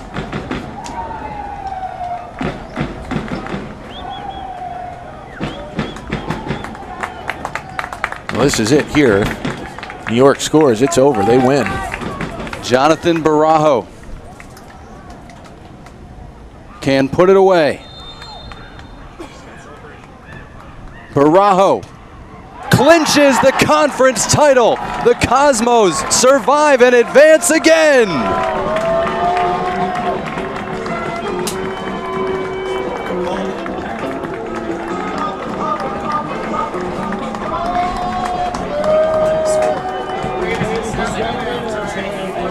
Five for 5, really only one was savable. Jonathan Barajo with the chance to win it for New York, and he did. Bernardi guessed the right way finally. Celebrate with your fans, why not? It was too good. And here was the miss, the great save, reaction, dive to his left by Tainho. Left hand gets it out there. It's not a terrible penalty. Not horrible. It's not the best. Savable, yeah, it was savable. Each team hit 1 ball that was savable. Tainho made the save. Bernardi was not able to make the save. He had a good game. Only had 1 chance as a keeper. You know, it was really some good shooting on both ends. Brooklyn, the first 3 rounds, absolutely perfect penalty kicks. And then Sachecki made 1 mistake. He made it savable, and then Tainho still had the work to do, and he did it. And really, he's the star of the games. Bartley did well when he came on, but Tainho made some huge saves in regulation, in overtime. A couple on Siobhan John Brown. I got to think that's the family giving him big hugs in celebration. He may get a thank you card from FC Baltimore too, because that save means FC Baltimore is advanced to the Northeast Region semifinals. The Cosmos, Frederick, Baltimore, and Motown will be in the Northeast Region semis. Cosmos will host Wednesday night at Hofstra. We hope you'll join us for that, either in person or right here via YouTube. All those pairings and specifics will be available online. I'm not going to tell you exactly who they're going to play in case I'm wrong, but I think it'll be a team from the Mid-Atlantic. And the Cosmos will host Wednesday night at Hofstra, trying to get to the Northeast Region final. Sal, it wasn't easy. It hasn't been in either of these playoff games, despite how much they dominated the regular season. No, and it shouldn't be easy when it gets to the playoffs. There's some really good teams left, some quality teams, but there's the finish by Barajo. Bernardi guessed the right way. It's just a perfect penalty kick. That's not stoppable. Low, hard, in the corner. He's off his line a little bit, closing down the angle, full extension. Left a little bit early, guessed the right way, but it's a really good finish, a calm finish from Barajo. 5 for 5 from the Cosmos in the penalty kicks, and they get the win to advance here, and it's really a wonderful effort by the Brooklyn Italians. But unfortunately, their season now is over, and the Cosmos will continue, and because of the loss of the Texas team, that gives them the ability to continue to host games all the way through to the championship at home, whether it's here at Rocco B. Commisso Soccer Stadium or at Hofstra soccer stadium somewhere close by here in New York. As long as the Cosmos are alive, you can catch them at home. All right, what a night, what a couple of nights to start the playoffs in the NPSL. If you're not enjoying the NPSL postseason, you're just not enjoying soccer. Thanks so much for joining us tonight, for staying with us throughout this one. The final 1-1 between the New York Cosmos and the Brooklyn Italians. The Cosmos win the North Atlantic Conference title on penalty kicks, 5-3. For our great crew, for my partner Sal Rosamilia, I'm Jonathan Yarley. We hope you enjoyed this one as much as we did bringing it to you, and we hope you'll join us Wednesday as the Cosmos head into the Northeast Region semifinals. That's going to do it for us. The Cosmos advance on penalty kicks. They're into the region semifinals. New York beats Brooklyn on penalties 5-3 in the NPSL playoffs.